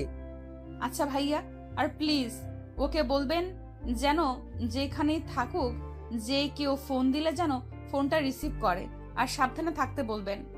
ভাবি, কিছু মনে না করলে একটা কথা বলবো? জি, কিছু মনে করব না, বলেন। আপনাদের মধ্যে কি কিছু হয়েছে নাকি? এভাবে কেন কথা বলতেছেন? হ্যাঁ, ওই একটু ঝামেলা হয়েছে পার্সোনাল। আচ্ছা ভাবি, টেনশন করবেন না, আমি আপনাকে জানাচ্ছি। থ্যাংক ইউ ভাইয়া। এই বলে বিথি ফোন কেটে দিল। খুবই টেনশন করতেছিল আরিয়ান কই গেল না গেল। ভাবতে ভাবতে তার মাথায় হঠাৎ করে একটা বুদ্ধি আসলো, আরিয়ান তো বাড়িতে যাইতে পারে। তাই সে দেরি না করে আরিয়ানের বাবার কাছে ফোন দিল। আরিয়ানের বাবা কল রিসিভ করে বলল, আঙ্কেল আসসালামু আলাইকুম। হেমা বলো, অনেকক্ষণ হয়ে গেল, তোমার দুইজনই তো অফিস থেকে আসতেছে না। আজ অফিসে কি অনেক বেশি কাজ করছো? কেন আঙ্কেল, আপনার ছেলে বাসায় যায়নি? না তো, কেন, ও কি আগে বের হয়ে এসেছে তোমাকে রেখে? কি বদমাস ছেলেটা, কোনো রকমের বিবেক নেই। নতুন বউকে কেউ একা রেখে চলে আসে?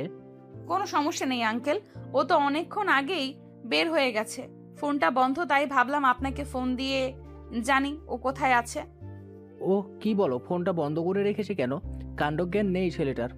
আঙ্কেল, আমি আসলে বাড়িতে এসেছি। বাড়িতে গিয়েছে মানে? অফিসের কাজ শেষ করে বাড়িতে এসেছি। মা, তোমাদের মধ্যে আবার কিছু হয়েছে নাকি? আমাকে বলো। শোনেন আঙ্কেল, আপনার কাছ থেকে কিছু লুকাবো না, আপনার ছেলেকে আমি সাসপেন্ড করে দিয়েছি। কি বলো এটা বৌমা, তুমি এটা কি করেছো? কাজটা কিন্তু ঠিক করো নাই। আপনার ছেলের অনেক বেশি অহংকার, তার অহংকার আমি গুড়িয়ে দিয়েছি। সে আমাকে চ্যালেঞ্জ করেছে, সে নাকি আমার থেকে বড় কিছু হয়ে দেখাবে। তাই বলে তুমি এভাবে সাসপেন্ড করে দিবা? আমি বাধ্য হয়েছি। কে জানে রাগের মাথায় ছেলেটা কই গেল। আচ্ছা তুমি ফোন রাখো, আমি আরিয়ানের খোঁজ করি। এই বলে আরিয়ানের বাবা ফোন কেটে দিল। বিথির সাথে আর বেশি কথা বলল না। তারা সবাই মিলে আরিয়ানকে বহুবার ফোন দিল, আরিয়ান ফোন রিসিভ করলো না, ফোন সুইচ অফ বলল। আরিয়ানের বাবা সকল আত্মীয় স্বজন বন্ধু বান্ধব সবাই কাছে ফোন দিল, কিন্তু কোনোভাবে আরিয়ানের খবর পাওয়া গেল না। বিথিও অনেকভাবে আরিয়ানের খবর নেওয়ার চেষ্টা করলো, কিন্তু কোনোভাবেই কোনো খবর মিলল না। এভাবে কেটে গেল 2 বছর। 2 বছর পর আরিয়ান বাড়িতে এসে বাড়ির দরজার কলিং বেল বাজালে আরিয়ানের মা দরজা খুলে আরিয়ানকে দেখে হামা করে কেঁদে উঠল। ছেলেকে জড়িয়ে ধরে বলল, এই 2টা বছর কই ছিলি বাবা? 2টা বছর কই ছিলাম আমি নিজেই জানি না।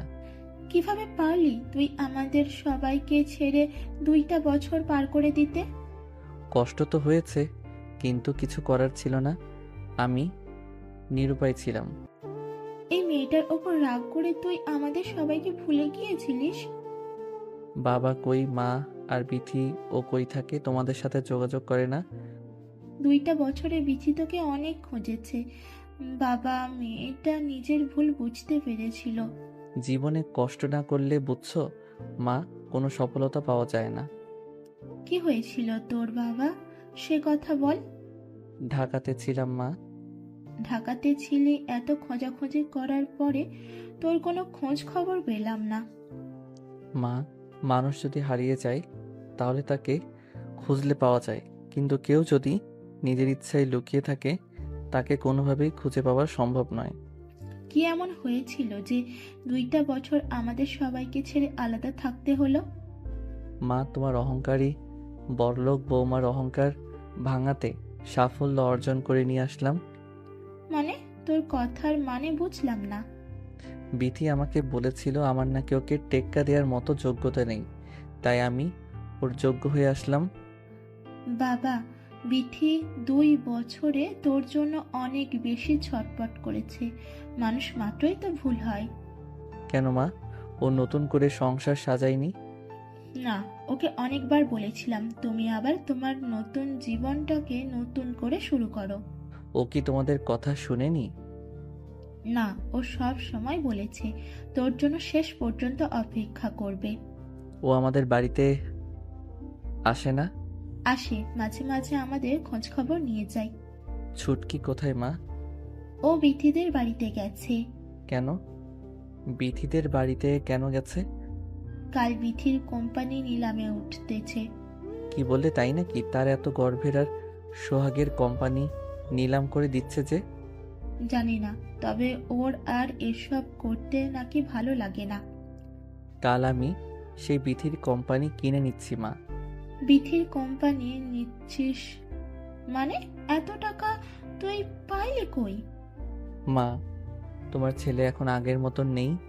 2টা বছর একটা মানুষকে পরিবর্তন করার জন্য অনেক কিছু। সবই বুঝলাম, কিন্তু তুই এত টাকা পাইলি কই? আর তুই কি করিস? মা, তোমার ছেলে এখন ঢাকার সবচেয়ে বিখ্যাত RS কোম্পানির বস। তোমার ছেলের আন্ডারে এখন বিথির মতো 5-10টা কোম্পানি থাকে। বাবা, আজ তোর জন্য গর্বে আমার বুকটা ফুলে উঠল। মা, দোয়া করো অহংকার এই মেয়েটার মুখের উপর যেন উচিত জবাব দিতে পারি। না বাবা, ওই মেয়েটা অনেক কিছু সহ্য করেছে এই 2 বছরে। ও চাইলে কিন্তু অন্য একটা ছেলের হাত ধরে চলে যেতে পারতো, কিন্তু চায়নি। তোর জন্য অপেক্ষা করেছে। সে নিজের ভুল বুঝতে পেরেছে। তোর আবার ওকে নতুন করে কাছে টেনে নেওয়া উচিত। মায়ের মুখে এমন কথায় আরিয়ান কিছু না বলে রুমে চলে গেল। রুমে গিয়ে সারা রাত ভাবলো বিথির কথা। আরিয়ান সিদ্ধান্ত নিল যা হওয়ার হয়েছে, বিথিকে আবাসে ঘরে তুলবে, তাদের সংসারটা আবার নতুন করে শুরু করবে। পরের দিন সকালে আরিয়ান রেডি হয়ে বিথির কোম্পানি নিলামের কনফারেন্সে যাওয়ার জন্য বের হলো। কনফারেন্সে যেতে যেতে অনেকটা লেট হয়ে গিয়েছিল। অনুষ্ঠানের ভিতর ঢোকার পরে আরিয়ান দেখলো সমস্ত লোকজন এসে বসে পড়েছে, তার জন্য সবাই অপেক্ষা করতেছে। তার আসাতে লেট হয়েছে। হাজার হাজার মানুষের মধ্যে বিথি আরিয়ানকে দেখে বলল, তুমি এতদিন কই ছিলে জানো? তোমাকে কত খুঁজেছি। কেন আমাকে খুঁজবে কেন? তোমার জীবন থেকে তো চলেই গিয়েছিলাম। জীবনটা আবার নতুন করে সাজিয়েছো নিশ্চয়ই। না, ওই শরীরে যে একবার টাচ করেছে, এই শরীরে অন্য কোনো পুরুষ আর কখনো টাচ করতে পারবে না। অহংকার ভেঙেছে তাইলে তোমার? তোমাকে হারানোর পর জীবনের মূল্য বুঝতে পারলাম। তোমাকে টেক্কা দেওয়ার জন্য জীবনের 2টা বছর লড়াই করলাম, এত তাড়াতাড়ি হার মেনে নিলে? আমার ভুল হয়ে গেছে, প্লিজ আমাকে ক্ষমা করে দিও। তোমার কাছে টেনে নাও। 2 বছরে মানুষের এত পরিবর্তন। তাদের কথা শেষ না হতেই বিথির সমস্ত লোকের মাঝে আরিয়ানকে জড়িয়ে ধরলো। জড়িয়ে ধরে ফুপিয়ে ফুপিয়ে কান্না করতে শুরু করলো। বুঝতে পেরে তাকে বুকে টেনে নিল। তারপর আরিয়ান বিথিকে জিজ্ঞেস করলো, হঠাৎ করে কোম্পানি নিলামে তোলার সিদ্ধান্ত নিলে যে? এর একমাত্র কারণ তোমাকে খুঁজে বের করা। তোমার কথার মানে বুঝলাম না। 2টা বছর তোমাকে অনেক খুঁজেছি, কোনোভাবে যখন তোমার খোঁজ মিলল না, তখন আমি এই সিদ্ধান্ত নিলাম। জানলে কিভাবে যে অনুষ্ঠানে আমি আসব? কারণ আমি এইভাবেই অনুষ্ঠানটা আয়োজন করেছিলাম, যেন দেশের আনাচে কানাচে সব জায়গায় এটা ছড়িয়ে পড়ে যে আমার কোম্পানি নিলামে উঠতেছে। এখনো কি এই সিদ্ধান্তই থাকবে নাকি সিদ্ধান্ত চেঞ্জ করবে? সিদ্ধান্ত আমার এটাই থাকবে, আমি কোম্পানি নিলাম করে দিব। চাইলে কিন্তু তুমি কন্টিনিউ করতে পারো। চাই না আমি কন্টিনিউ করতে, আমি সব কিছু ছেড়ে এখন তোমার বউ হয়ে সংসার করতে চাই। চলো অনুষ্ঠান শুরু করি। তার অনুষ্ঠান শুরু করলো। সবচেয়ে বেশি দাম দিয়ে আরিয়ান বিথির কোম্পানিকে নিল। অনুষ্ঠান শেষ করে আরিয়ান বিথিকে বলল, বিথি, তুমি বাড়ি চলে যাও। বাড়ি চলে যাব মানে? তোমার সাথে নিয়ে যাবে না? না, না মানে তুমি আমাকে ক্ষমা করে দাওনি? বেশি কথা বাড়িও না তো, যেটা বলছি সেটা করো। বাড়ি চলে যাও। আরিয়ান প্লিজ, তোমার সাথে সংসার করব জন্য আমি সব কিছু শেষ করে দিলাম, এমন করো না। আমাকে লাস্ট বারের মতো একটা সুযোগ দাও। কান্নাকাটি করতে হবে না, তুমি বাড়ি চলে যাও। আমি তোমার বাড়ি থেকে গিয়ে তোমাকে নিয়ে আসবো।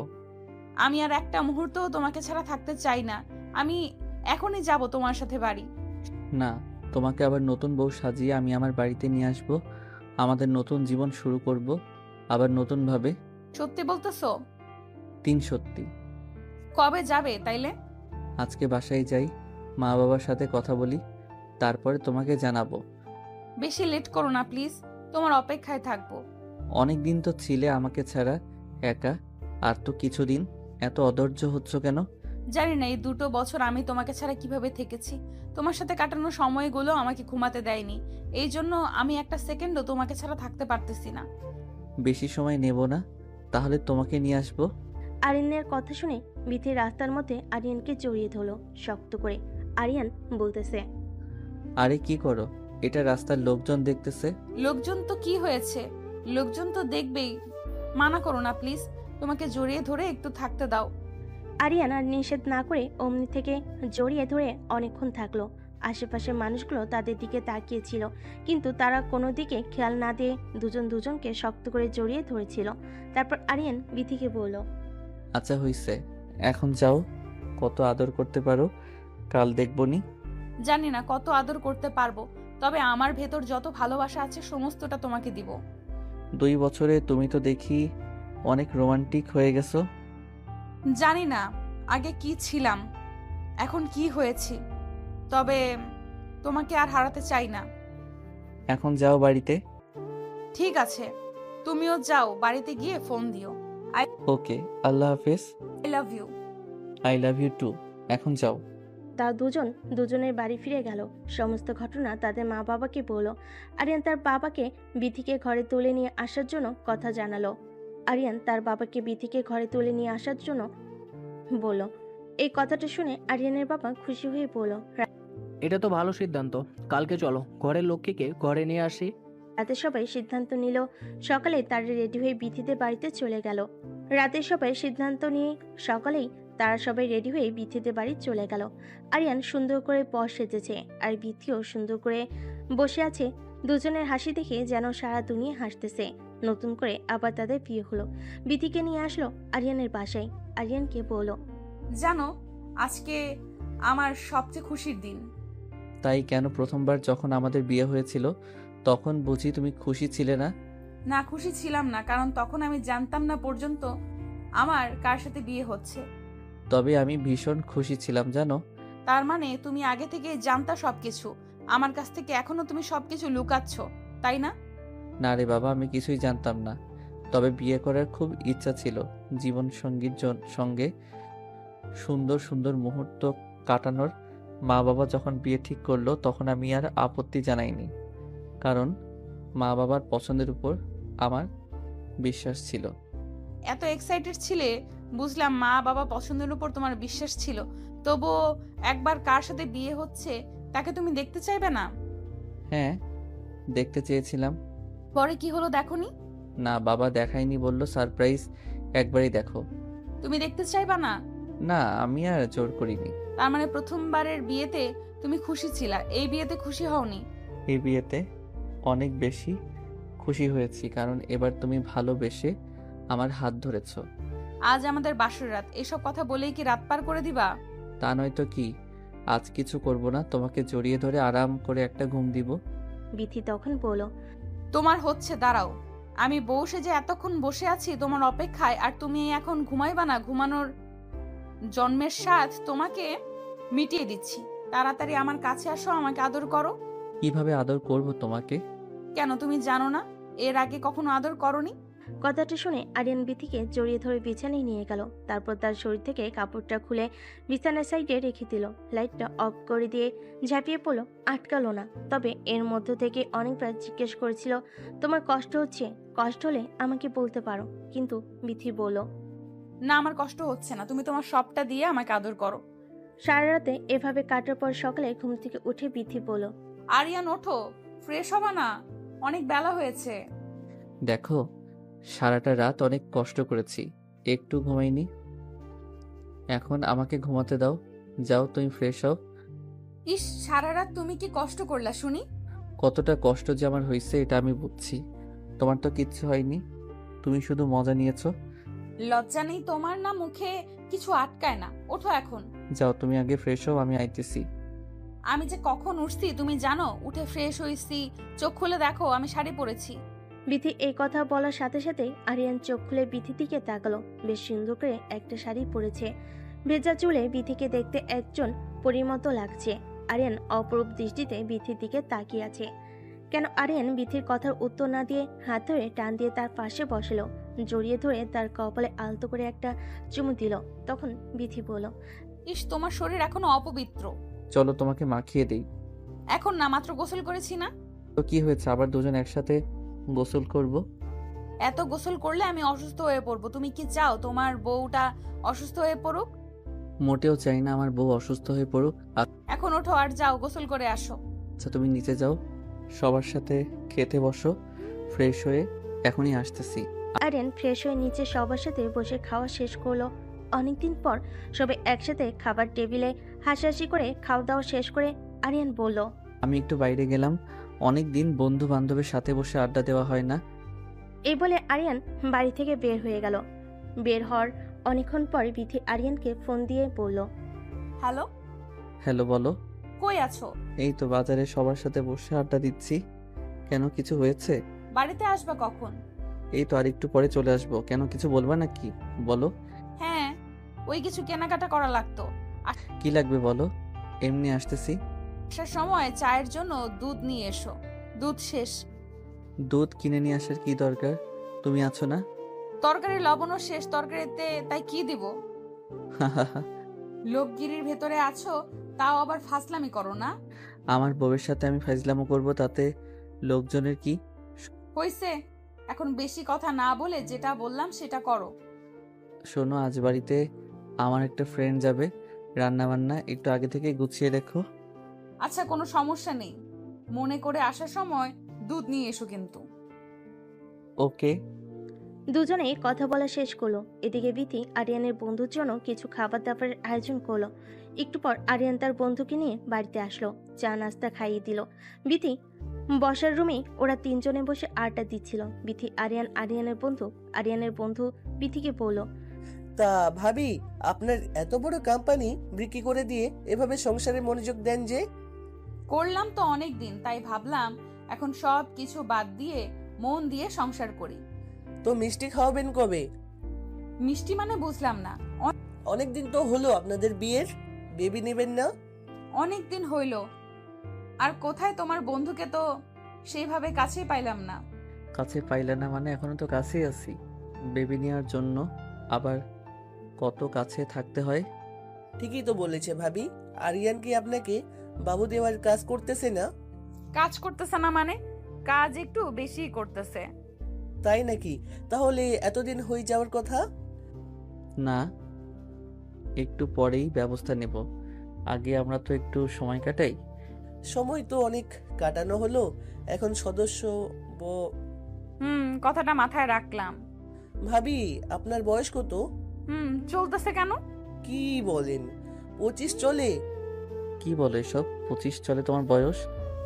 কি ব্যাপার, তোমরা দুজনেই আমার বয়স শুনে এত অবাক হলে কিসের জন্য? আপনি কি জানেন আরিয়ানের বয়স কত? না তো, শোনাই তো হয়নি।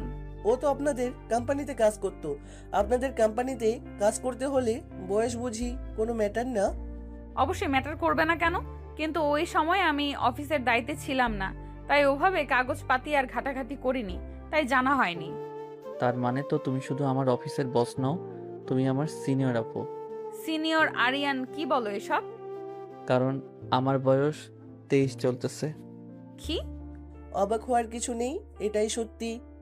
তাইলে তো জোর খাটানোর আরেকটা জায়গা বের হলো। মানে বুঝলাম না। মানে হলো তুমি এখন বয়সে আমার থেকে অনেক অনেক ছোট, তার মানে আমি যা বলবো তাই হবে। তুমি যা বলবা তাই হবে, এটার জন্য আবার বয়স ছোট হওয়ার কি আছে? না, তারপরেও থাকে না একটা জোরই আলাদা। বুঝলাম। বেশি জোর খাটাতে যেও না, তাইলে কিন্তু ভালো হবে না। আচ্ছা, অনেক কথা বললাম তো। তুই ঢাকা যাচ্ছিস কবে? যাব 2-1 মধ্যেই। এখন গেলে আবার কতদিন পরে আসবি? এখন গেলে ওই কিছুদিন পর পরই আসতে হবে। কেন বন্ধু, বউ রেখে কি ঘুম ধরবে না? অবশ্যই, তাই বউ রেখে কি কারোর ঘুম ধরে নাকি? তাহলে বউকে নিয়ে গেলেই তো পারো। না, ও থাক মা বাবার সঙ্গে। এই বলে আরিয়ানের বন্ধু উঠে চলে গেল। আরিয়ানও তাকে বলল আবার সে ঘুরে যাওয়ার জন্য। তারপর আরিয়ান আর বিথি দুজনের রুমে শুয়েছিল। হঠাৎ করে আরিয়ানদের গেটের কলিং বেল বেজে উঠল। বিথি তাড়াহুড়ো করে দরজা খুলল। একটা মহিলা তাকে দেখে চিনতে পারল না, বলল রুমের ভিতর আসেন। বিথি তখন তার শাশুড়িকে ডাক দিল। তার শাশুড়ি এসে দেখলো তার বোন এসেছে। সে বিথিকে বলল, এটা আমার বোন বিথি। তখন তার খালা শাশুড়িকে সালাম দিল। তখন খালা শাশুড়ি বলল, এটা নতুন বৌমা নাকি? এটা কে? সেই প্রথম বউ নাকি? আরিয়ানকে আবার বিয়ে করাইছিস? আরে না না, আবার বিয়ে করাবো কেন? এটাই আমার আগের বৌমা। ও আরিয়ান বাবা, তাহলে এতদিন পর বাড়িতে এসে আবার সেই বউকেই নিল? কি বলিস তুই এসব? বৌমার সামনে নিবে না কেন? না, বিয়ের পর তো আরিয়ানকে খুব অবহেলা অপমান করেছে শুনেছি, তাই এখন আবার আরিয়ানের সঙ্গে সংসার করতেছে যে। ও আপা, তুই এসব কথা এখন বাদ দে তো, মাত্র আসলি। চল রুমে চল, ফ্রেশ হয়ে পরে এইসব কথা হবে। হ্যাঁ মা, আপনি যান, ফ্রেশ হয়ে আসেন, আমি আপনাকে খাবার দিতেছি। না, তোমাকে খাবার দিতে হবে না, আমার বোন তো এখনো বেঁচে আছে নাকি? মার তো বয়স হয়েছে, সে তো এখন ওরকম ভাবে কাজ কাম করতে পারবে না। ও সেরকম ভাবে কাজ কাম করতে পারে না বলেই এই সুযোগে তুমি সংসারটা হাতিয়ে নিবে? না না মা, এ কি বলেন? সংসার? অবশ্যই এটা আমার বোনের সংসার, আর সারা জীবন তারই থাকবে। কি যে বলিস না তুই, সারা জীবন কি আমি বেঁচে থাকবো? বেঁচে থাকবি না মানে বেঁচে থাকতেই হবে। তা হয়েছে, এখন যাও তোমার খালা শাশুড়ির জন্য একটু শরবত নিয়ে আসো। আচ্ছা মা, আপনি খালাকে নিয়ে রুমে যান, আমি ঠান্ডা শরবত নিয়ে আসতেছি। আচ্ছা যাও, একটু তাড়াতাড়ি করো। বিথি ঠান্ডা শরবত বানিয়ে তার খালা শাশুড়িকে দিয়ে তার রুমে গেল। মনটা ভার করে বিছানায় বসলো। বিথির মন ভার দেখে আরিয়ান বলল। তখন আরিয়ান বলল, কি ব্যাপার, কি হয়েছে? মন ভার কেন? তোমার খালা এসেছে, এসে উনি আমাকে অনেকগুলো কড়া কথা শুনিয়ে দিল। বুঝতে পারলাম না তার মনে আমাকে নিয়ে এত রাগ কিসের। কেমন কেমন জানি একটা কথার ভাষা। বয়স হয়ে গেছে তো, তাই হয়তো একটু এভাবে কথা বলতেছে, কিছু মনে করো না। এই বলে আরিয়ান বিথিকে জড়িয়ে ধরে বিছানায় শুয়ে পড়ল। অনেকক্ষণ বিথিকে চুমু খেলো। বিথি বারবার বলতেছে ঘরের দরজা খোলা, যে কোনো সময় যে কেউ চলে আসবে। বলতে বলতে বিথির খালার শাশুড়ি রুমে এসে দেখলো তারা জড়িয়ে ধরে শুয়ে আছে। এই দেখে আরিয়ানের খালা জোরে চিৎকার করে বিথিকে বলল, আরিয়ান, সি সি সি, ঘরের দরজা খোলা রেখে কি অসভ্যতামি করতেছিস? আরে খালা, তুমি কখন আসলা? আসো, ভিতরে আসো। না না, আর ভেতরে গিয়ে কাজ নেই, রুমের বাইরে থেকেই যা দেখলাম। সরি খালা, কিছু মনে করবেন না প্লিজ। আসেন না, রুমের ভেতরে আসেন। চুপ করো, তোমার লজ্জা শরম কি একদম বিক্রি করে খেয়েছো? খালা এভাবে কথা বলতেছেন কেন? কখন কি করতে হয় তাও দেখি জানিস না তোরা? আচ্ছা খালা, মাথা ঠান্ডা করেন, আসেন বসেন। কি দিনকাল পড়ল রে বাবা, এখনকার ছেলে মেয়ের কোনো লজ্জাই নেই। আর আমাদের সময় একটু হাত ধরতো তাও লজ্জা পেতাম। আপনাদের সময়ের কথা বাদ দেন খালা। আরিয়ান, বড়দের মুখের উপর কিভাবে কথা বলতে হয় তাও জানিস না, আবার মুখে মুখে তর্ক করতেছিস। কি করবো বলেন খালা, আসার পর থেকে আপনি অনেক উল্টাপাল্টা কথা বলতেছেন। কি বলবি তুই? আমি এসে তোদের বিরক্ত করলাম? তা বলি নাই, তবে আপনি হয়তো ভুলে গেছেন কারো রুমে ঢোকার আগে পারমিশন নিতে হয়। বউ পেয়ে তুই এতটা পরিবর্তন হয়ে গেছিস আরিয়ান, তোর রুমের আসার জন্য আমাকে পারমিশন নিতে হবে? শুধু আমার রুম নয় খালা, যে কারো রুমে যাওয়ার আগে অবশ্যই পারমিশন নিতে হবে। এতদিন পর তোদের বাসায় এসে এরকম কথা শুনতে হবে, আগে জানলে কখনোই আসতাম না। খালা কথাগুলো অন্যদিকে নেবেন না প্লিজ, আপনার খারাপ কিছু তো বলা হয়নি। তুমি আমাকে এভাবে অপমান করতে পারলে তোমার বউয়ের সামনে? নব দম্পতির ঘরে ঢোকার আগে অবশ্যই আপনাকে পারমিশন নিতে হবে। উফ আরিয়ান, চুপ করো তো প্লিজ। এভাবে খালার মুখে মুখে কেন কথা বলতেছো? এই মেয়ে, তুমি চুপ করো। তুমি আমাদের কথার মধ্যে কেন কথা বলতেছো? সব কিছু হয়েছে তোমার জন্য। আপনার কথার মানে বুঝলাম না খালা। আসার পর থেকে দেখছি আপনি আমাকে সহ্য করতে পারতেছেন না। কিভাবে সহ্য করব যে মেয়ে বিয়ের পর স্বামীকে অপমান করে তার ফ্যামিলির কাছ থেকে দূরে রাখে, আর সেই এখন সেই টাকার মানুষ হয়ে গেছে, অমনি আবার তার গলায় ঝুলে পড়েছে। সেই মেয়েকে আমি কিভাবে সহ্য করতে পারি? খালা প্লিজ চুপ করেন, আপনি কিন্তু এখন বেশি বেশি বলতেছেন। আরিয়ানের রুমে এমন কথাবার্তা শুনে আরিয়ানের মা রুমে আসলো। এসে সবকিছু শোনার পরে তার বোনকে বলল, কি ব্যাপার, তুই বিথিকে সহ্য করতে পারতেছিস না যে? আর ওদের রুমে আসার আগে তুই নক করে আসলি না। ওদের সবেমাত্র বিয়ে হয়েছে, ওদের মধ্যে একটু এমন কিছু হতেই পারে। আরিয়ানের খালা তখন বলল, আমার তো জানা ছিল না। আর তুই তোর ছেলের বউকে নিয়ে এত আদিক্ষেতা করছিস কিসের জন্য? এমন বউ আমার হলে আমি কখনো বাড়িতে রাখতাম না।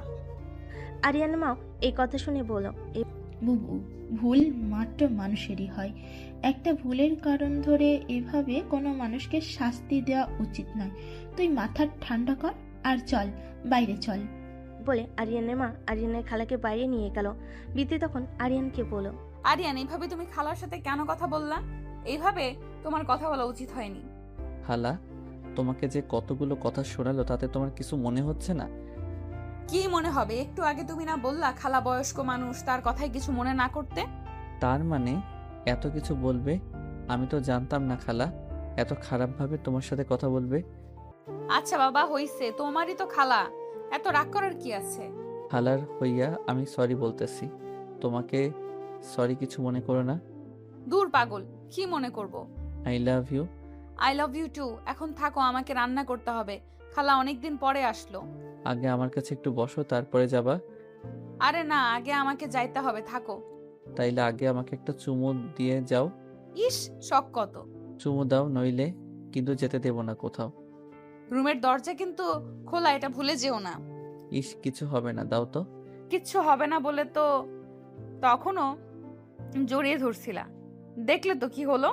এখন আর এমন কিছু হবে না, একটা চুম্বন তো এমন করতেছো কেন? আচ্ছা, চুমুটা এখন তোলা থাকলো, রাতে দিব। রাতে তো অবশ্যই দিবা, বাট এখনকারটা এখন দাও। কি ছেলে মানুষে শুরু করলা বলো তো? যত কথা বাড়াইবা তত কিন্তু তোমারই লেট হবে। সত্যি তোমার সাথে পারা বড্ড কঠিন। আরিয়ানকে জড়িয়ে ধরে বিথি একটা চুমু দিয়ে লজ্জা পেয়ে সে দৌড়ে রান্নাঘরে চলে গেল।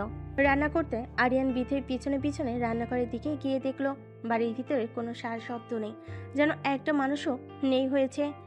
তেমনটাই আরিয়ানের বাবা বাইরে গেছে। আরিয়ানের মা তার খালাকে নিয়ে বাইরের বাগানটাতে ঘুরতে গেছে। বাড়ি একদম ফাঁকা। আরিয়ান রান্নাঘরে গেল, গিয়ে দেখলো বিথি রান্না করতেছে।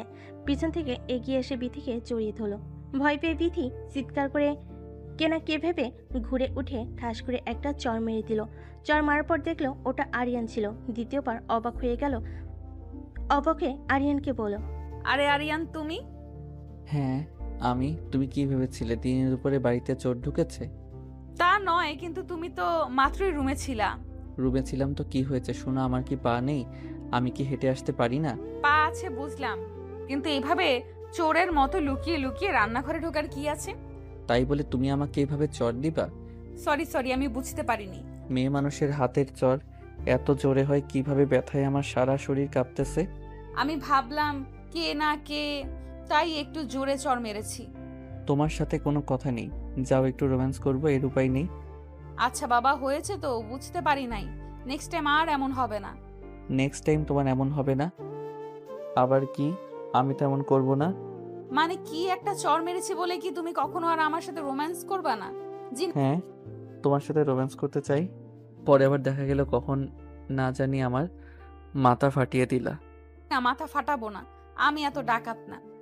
সেটা দেখতেই পারলাম। তুমি কি? আরিয়ান বাচ্চাদের মতো করে কান্না করতে শুরু করলো।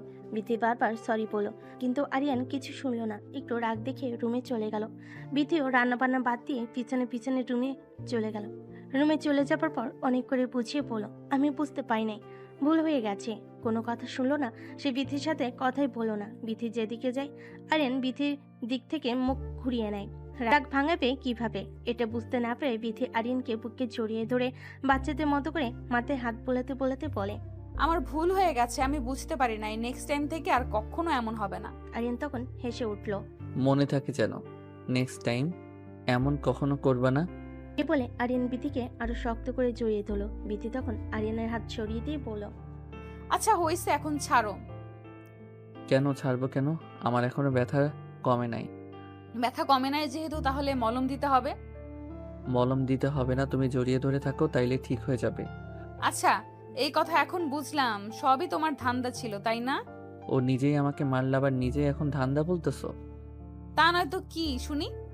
তুমি পেছনে পেছনে কেন রান্নাঘরে গেছো? কেন?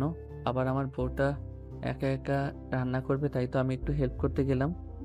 যে আপনাকে হেল্প করতে পারবে না, আপনি রুমে গিয়ে রেস্ট করেন। এমনিতেই আমাকে মেরেছো, তারপর আবার আমাকে রুমে একা একা রেখে চলে যাচ্ছ। আমি তোমার বড়, তুমি আমার জুনিয়র, তো একটু একটু বড় আপুদের হাতের চর খেতেই হয়। তাই না?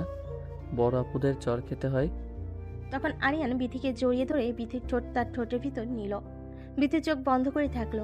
আরিয়ান ললিপপের মতো করে বিথির ঠোঁট চুষে চুষে খাচ্ছিল। বিথির শরীরে যেন তখন কোনো শক্তি কাজ করতেছিল না। সে কিছু না বলে চুপ করে দাঁড়িয়ে রইল। বিথি কিছু বলছে না বলে আরিয়ান অনেকক্ষণ বিথির ঠোঁট তার দখলে রাখলো। একটু সময় পর আরিয়ান হাত দিয়ে বিথির কাপড় খুলতে লাগলো। তখন বিথি আরিয়ানের হাত সরিয়ে দিয়ে লজ্জা পেয়ে দূরে গিয়ে দাঁড়ালো। আরিয়ান তখন বলল, কি ব্যাপার, এভাবে সরে গেলে যে? এটা কি করছো তুমি সোনা? কি আবার করছি?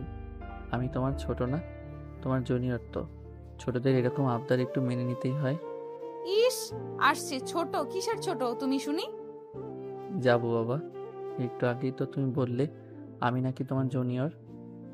অবশ্যই তুমি আমার জুনিয়র। তোর জুনিয়র যখন, তাহলে জুনিয়রদের এরকম দুষ্টামি মেনে নিতেই হবে আপু। দেখো কি যে বলো না এসব।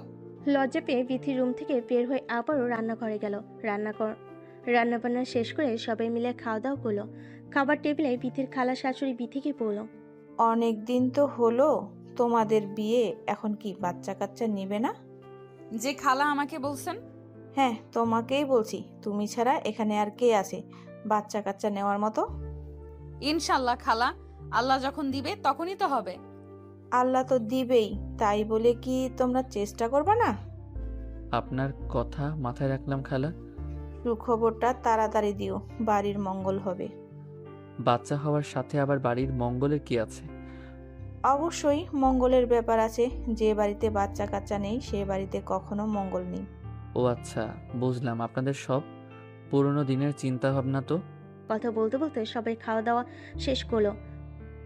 যার যার মতো রুমে চলে গেল। আরিয়ান বিথিকে আবার রাতে ধরলো। সারা রাত বিথিকে অনেক আদর করলো। বিথি অনেকটা অসুস্থ হয়ে পড়েছিল। সকালে ঘুম থেকে উঠতে তার একটু দেরি হয়ে গেল।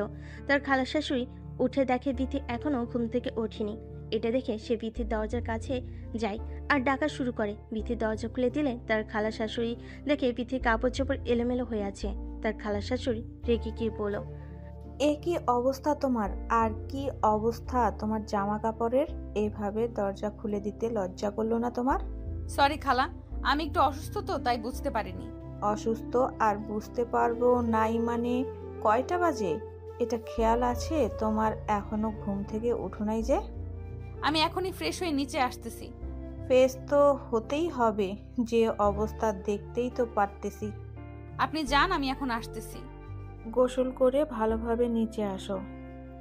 জি আচ্ছা। লজ্জা পেয়ে বিথি তাড়াহুড়ো করে গোসল করতে গেলে গোসল করে সে নিচে গেল। নিচে যাওয়ার পর তার খালা শাশুড়ি তাকে অনেক নোংরা নোংরা কথা শোনালো। বিথি অনেক কান্না শুরু করলো। আরিয়ান তাদের চেঁচামেচি শুনে নিচে গিয়ে দেখলো বিথি কান্না করতেছে। সে তার খালাকে বলল, খালা, আপনি আসার পর থেকে দেখতেছি বিথিকে আপনি সহ্য করতে পারতেছেন না। কেন, কি সমস্যা? খালা তখন বলে উঠল, কত বেলা হয়ে গেছে, এখনো ঘুম থেকে উঠোনি যে? আরিয়ান তখন বলল, এই খালা, ও অসুস্থ, এই জন্য উঠতে দেরি হয়েছে। তা কালকেই তো দেখলাম ভালো রাতের মধ্যে আবার অসুস্থ হয়ে পড়লো কিভাবে?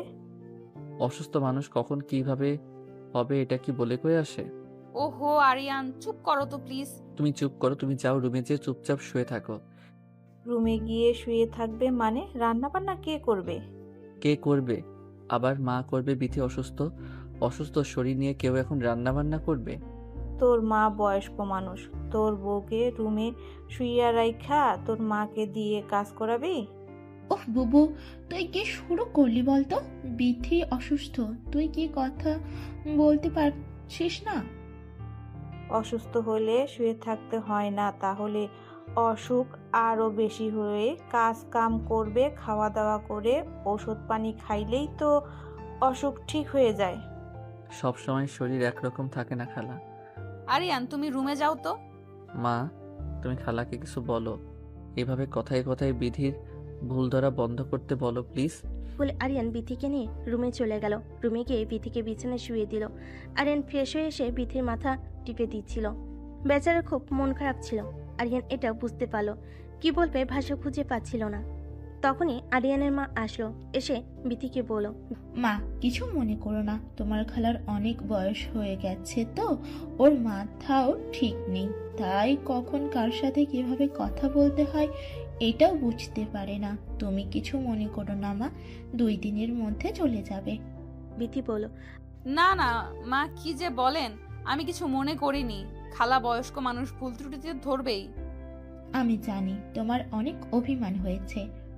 না মা, এমন কিছু না, আমারই তো ভুল, আজ অনেকটা লেট হয়ে গেল। কোনো লেট হয়নি, তোমার শরীর খারাপ বেশ করেছো, শুয়ে আছো, শুয়ে থাকো, আমি খাবার তোমার রুমে পাঠিয়ে দিব। মা আপনি রান্না করবেন কেন? আমি রান্না করতেছি। চুপচাপ শুয়ে থাকো, বেশি পাকনা পাকনা কথা বলো না। আমি কি রান্না বান্না করতে পারি না, নাকি আমি রান্না করতে পারি? আমি কখন থেকে তাকে এই কথাটাই বোঝানোর চেষ্টা করতেছি, কিন্তু তোমার বৌমা তো জেদি, কিছু বুঝতেছে না। বুঝবে না মানে? তুই বোঝা, ও যেন রুম থেকে বের না হয়, তুই ওর পাশে বসে থাক। আরিয়ানের মা রুম থেকে বের হয়ে যাওয়ার পর তার খালা আসলো। রুমে এসে বিথিকে বলল, বিথি বলল। আরিয়ানের খালা রুম থেকে বের হয়ে যাওয়ার পর আরিয়ান বিথিকে বলল, কাল ভেবে নিতে বললাম, তোমার কি আজকেই বাচ্চা কাচ্চা হয়ে গেল নাকি শরীর খারাপ করতেছে? জানি না খালা, বুঝতে পারতেছি না, কেমন জানি একটা লাগতেছে। শোনো, আমার কথায় কিছু মনে করো না। না না খালা, কিছু মনে করিনি, ভুল তো আমারই হয়েছে। ডাক্তার নিয়ে এসে পরীক্ষা নিরীক্ষা করো, দেখো বাচ্চা কাচ্চা হলো নাকি। জি আচ্ছা। খবরটা তাহলে শুনে যেতে পারবো? আচ্ছা খালা, খুব শীঘ্রই আপনাকে সুখবর দিবনি। বিথি লজ্জা পেয়ে কিছু না বলে বালিশে মুখ চেপে ধরলো। আরিয়ান দরজা লাগিয়ে দিয়ে জড়িয়ে ধরলো।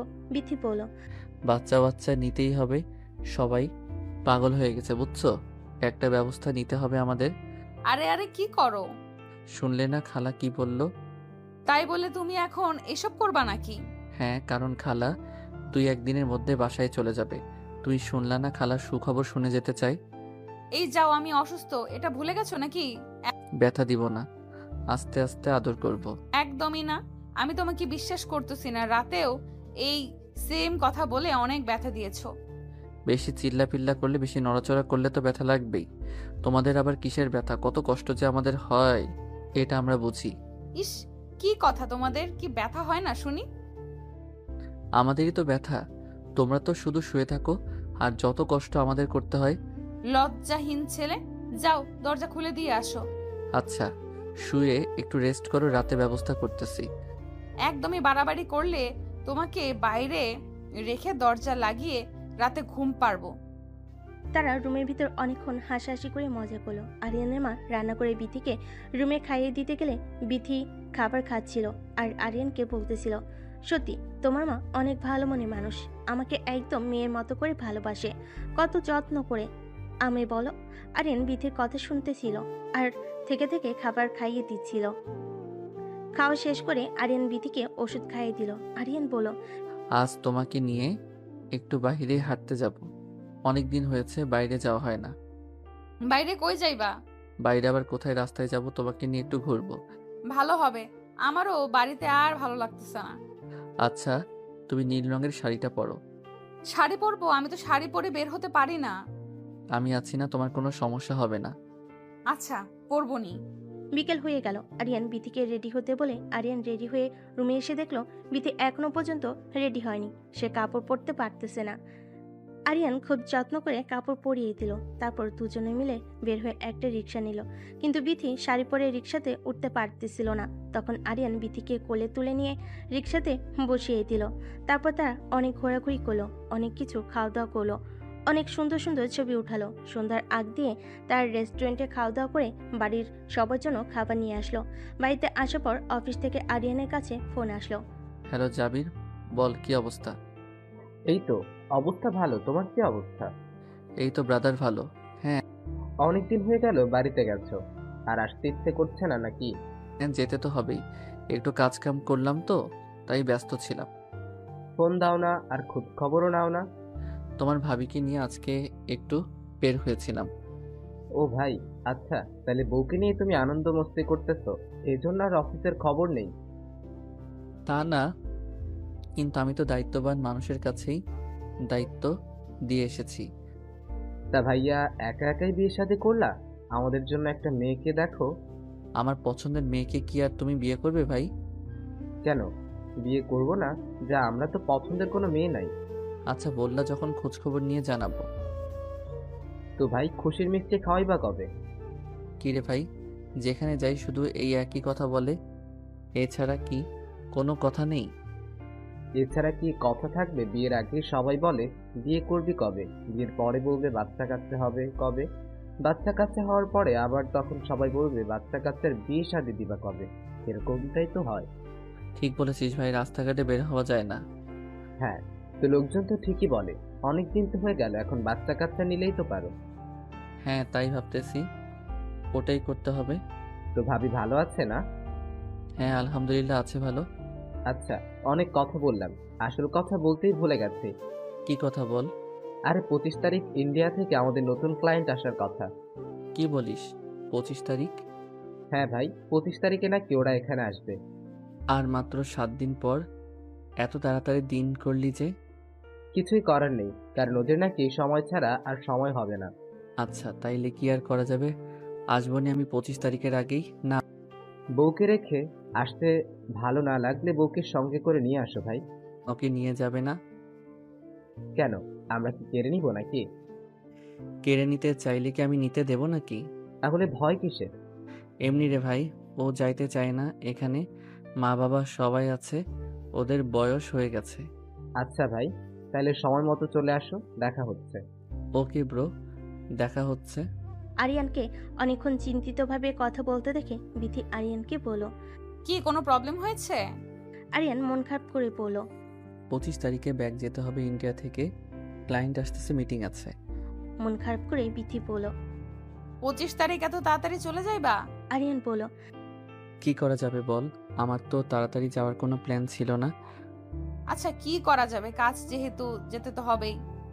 মন খারাপ কইরো না, আমি খুব তাড়াতাড়ি চলে আসবো। চলে আসার দরকার কি, আবার গিয়ে নিখোঁজ হয়ে যাও। এখন আর নিখোঁজের উপায় আছে নাকি? কেন, এখন আবার কি এমন পরিবর্তন হলো? আমার মিষ্টি একটা বউ রেখে কি আর দূরে থাকা যায় বলো? থাকতে তো যাচ্ছ, কতদিন থাকবে কে জানে। খুব অল্প দিন থাকবো, যত তাড়াতাড়ি সম্ভব চলে আসবো। দেখবো নি কেমন তাড়াতাড়ি আসো তুমি। যাওয়ার আগে বাবুটাকে তোমার পেটের ভেতর দিয়েই যাই। কি বলো? যাও, কি বলো এসব? হ্যাঁ, ঠিকই তো বলেছি, যেন পরের বার আসলে আমার বাবুর স্পর্শ পাইতে পারি। কেন গো, আপনি কি বাবু হওয়ার পরে আসবেন? বাবু হওয়ার পরে আসবো না, তবে আস্তে আস্তে তোমার পেটের ভেতর বাবু একটা বড় হয়ে যাবে। তোমার পেটে হাত দিলে আমার বাবুর স্পর্শ পাবো। আচ্ছা হয়েছে, এখন যাও।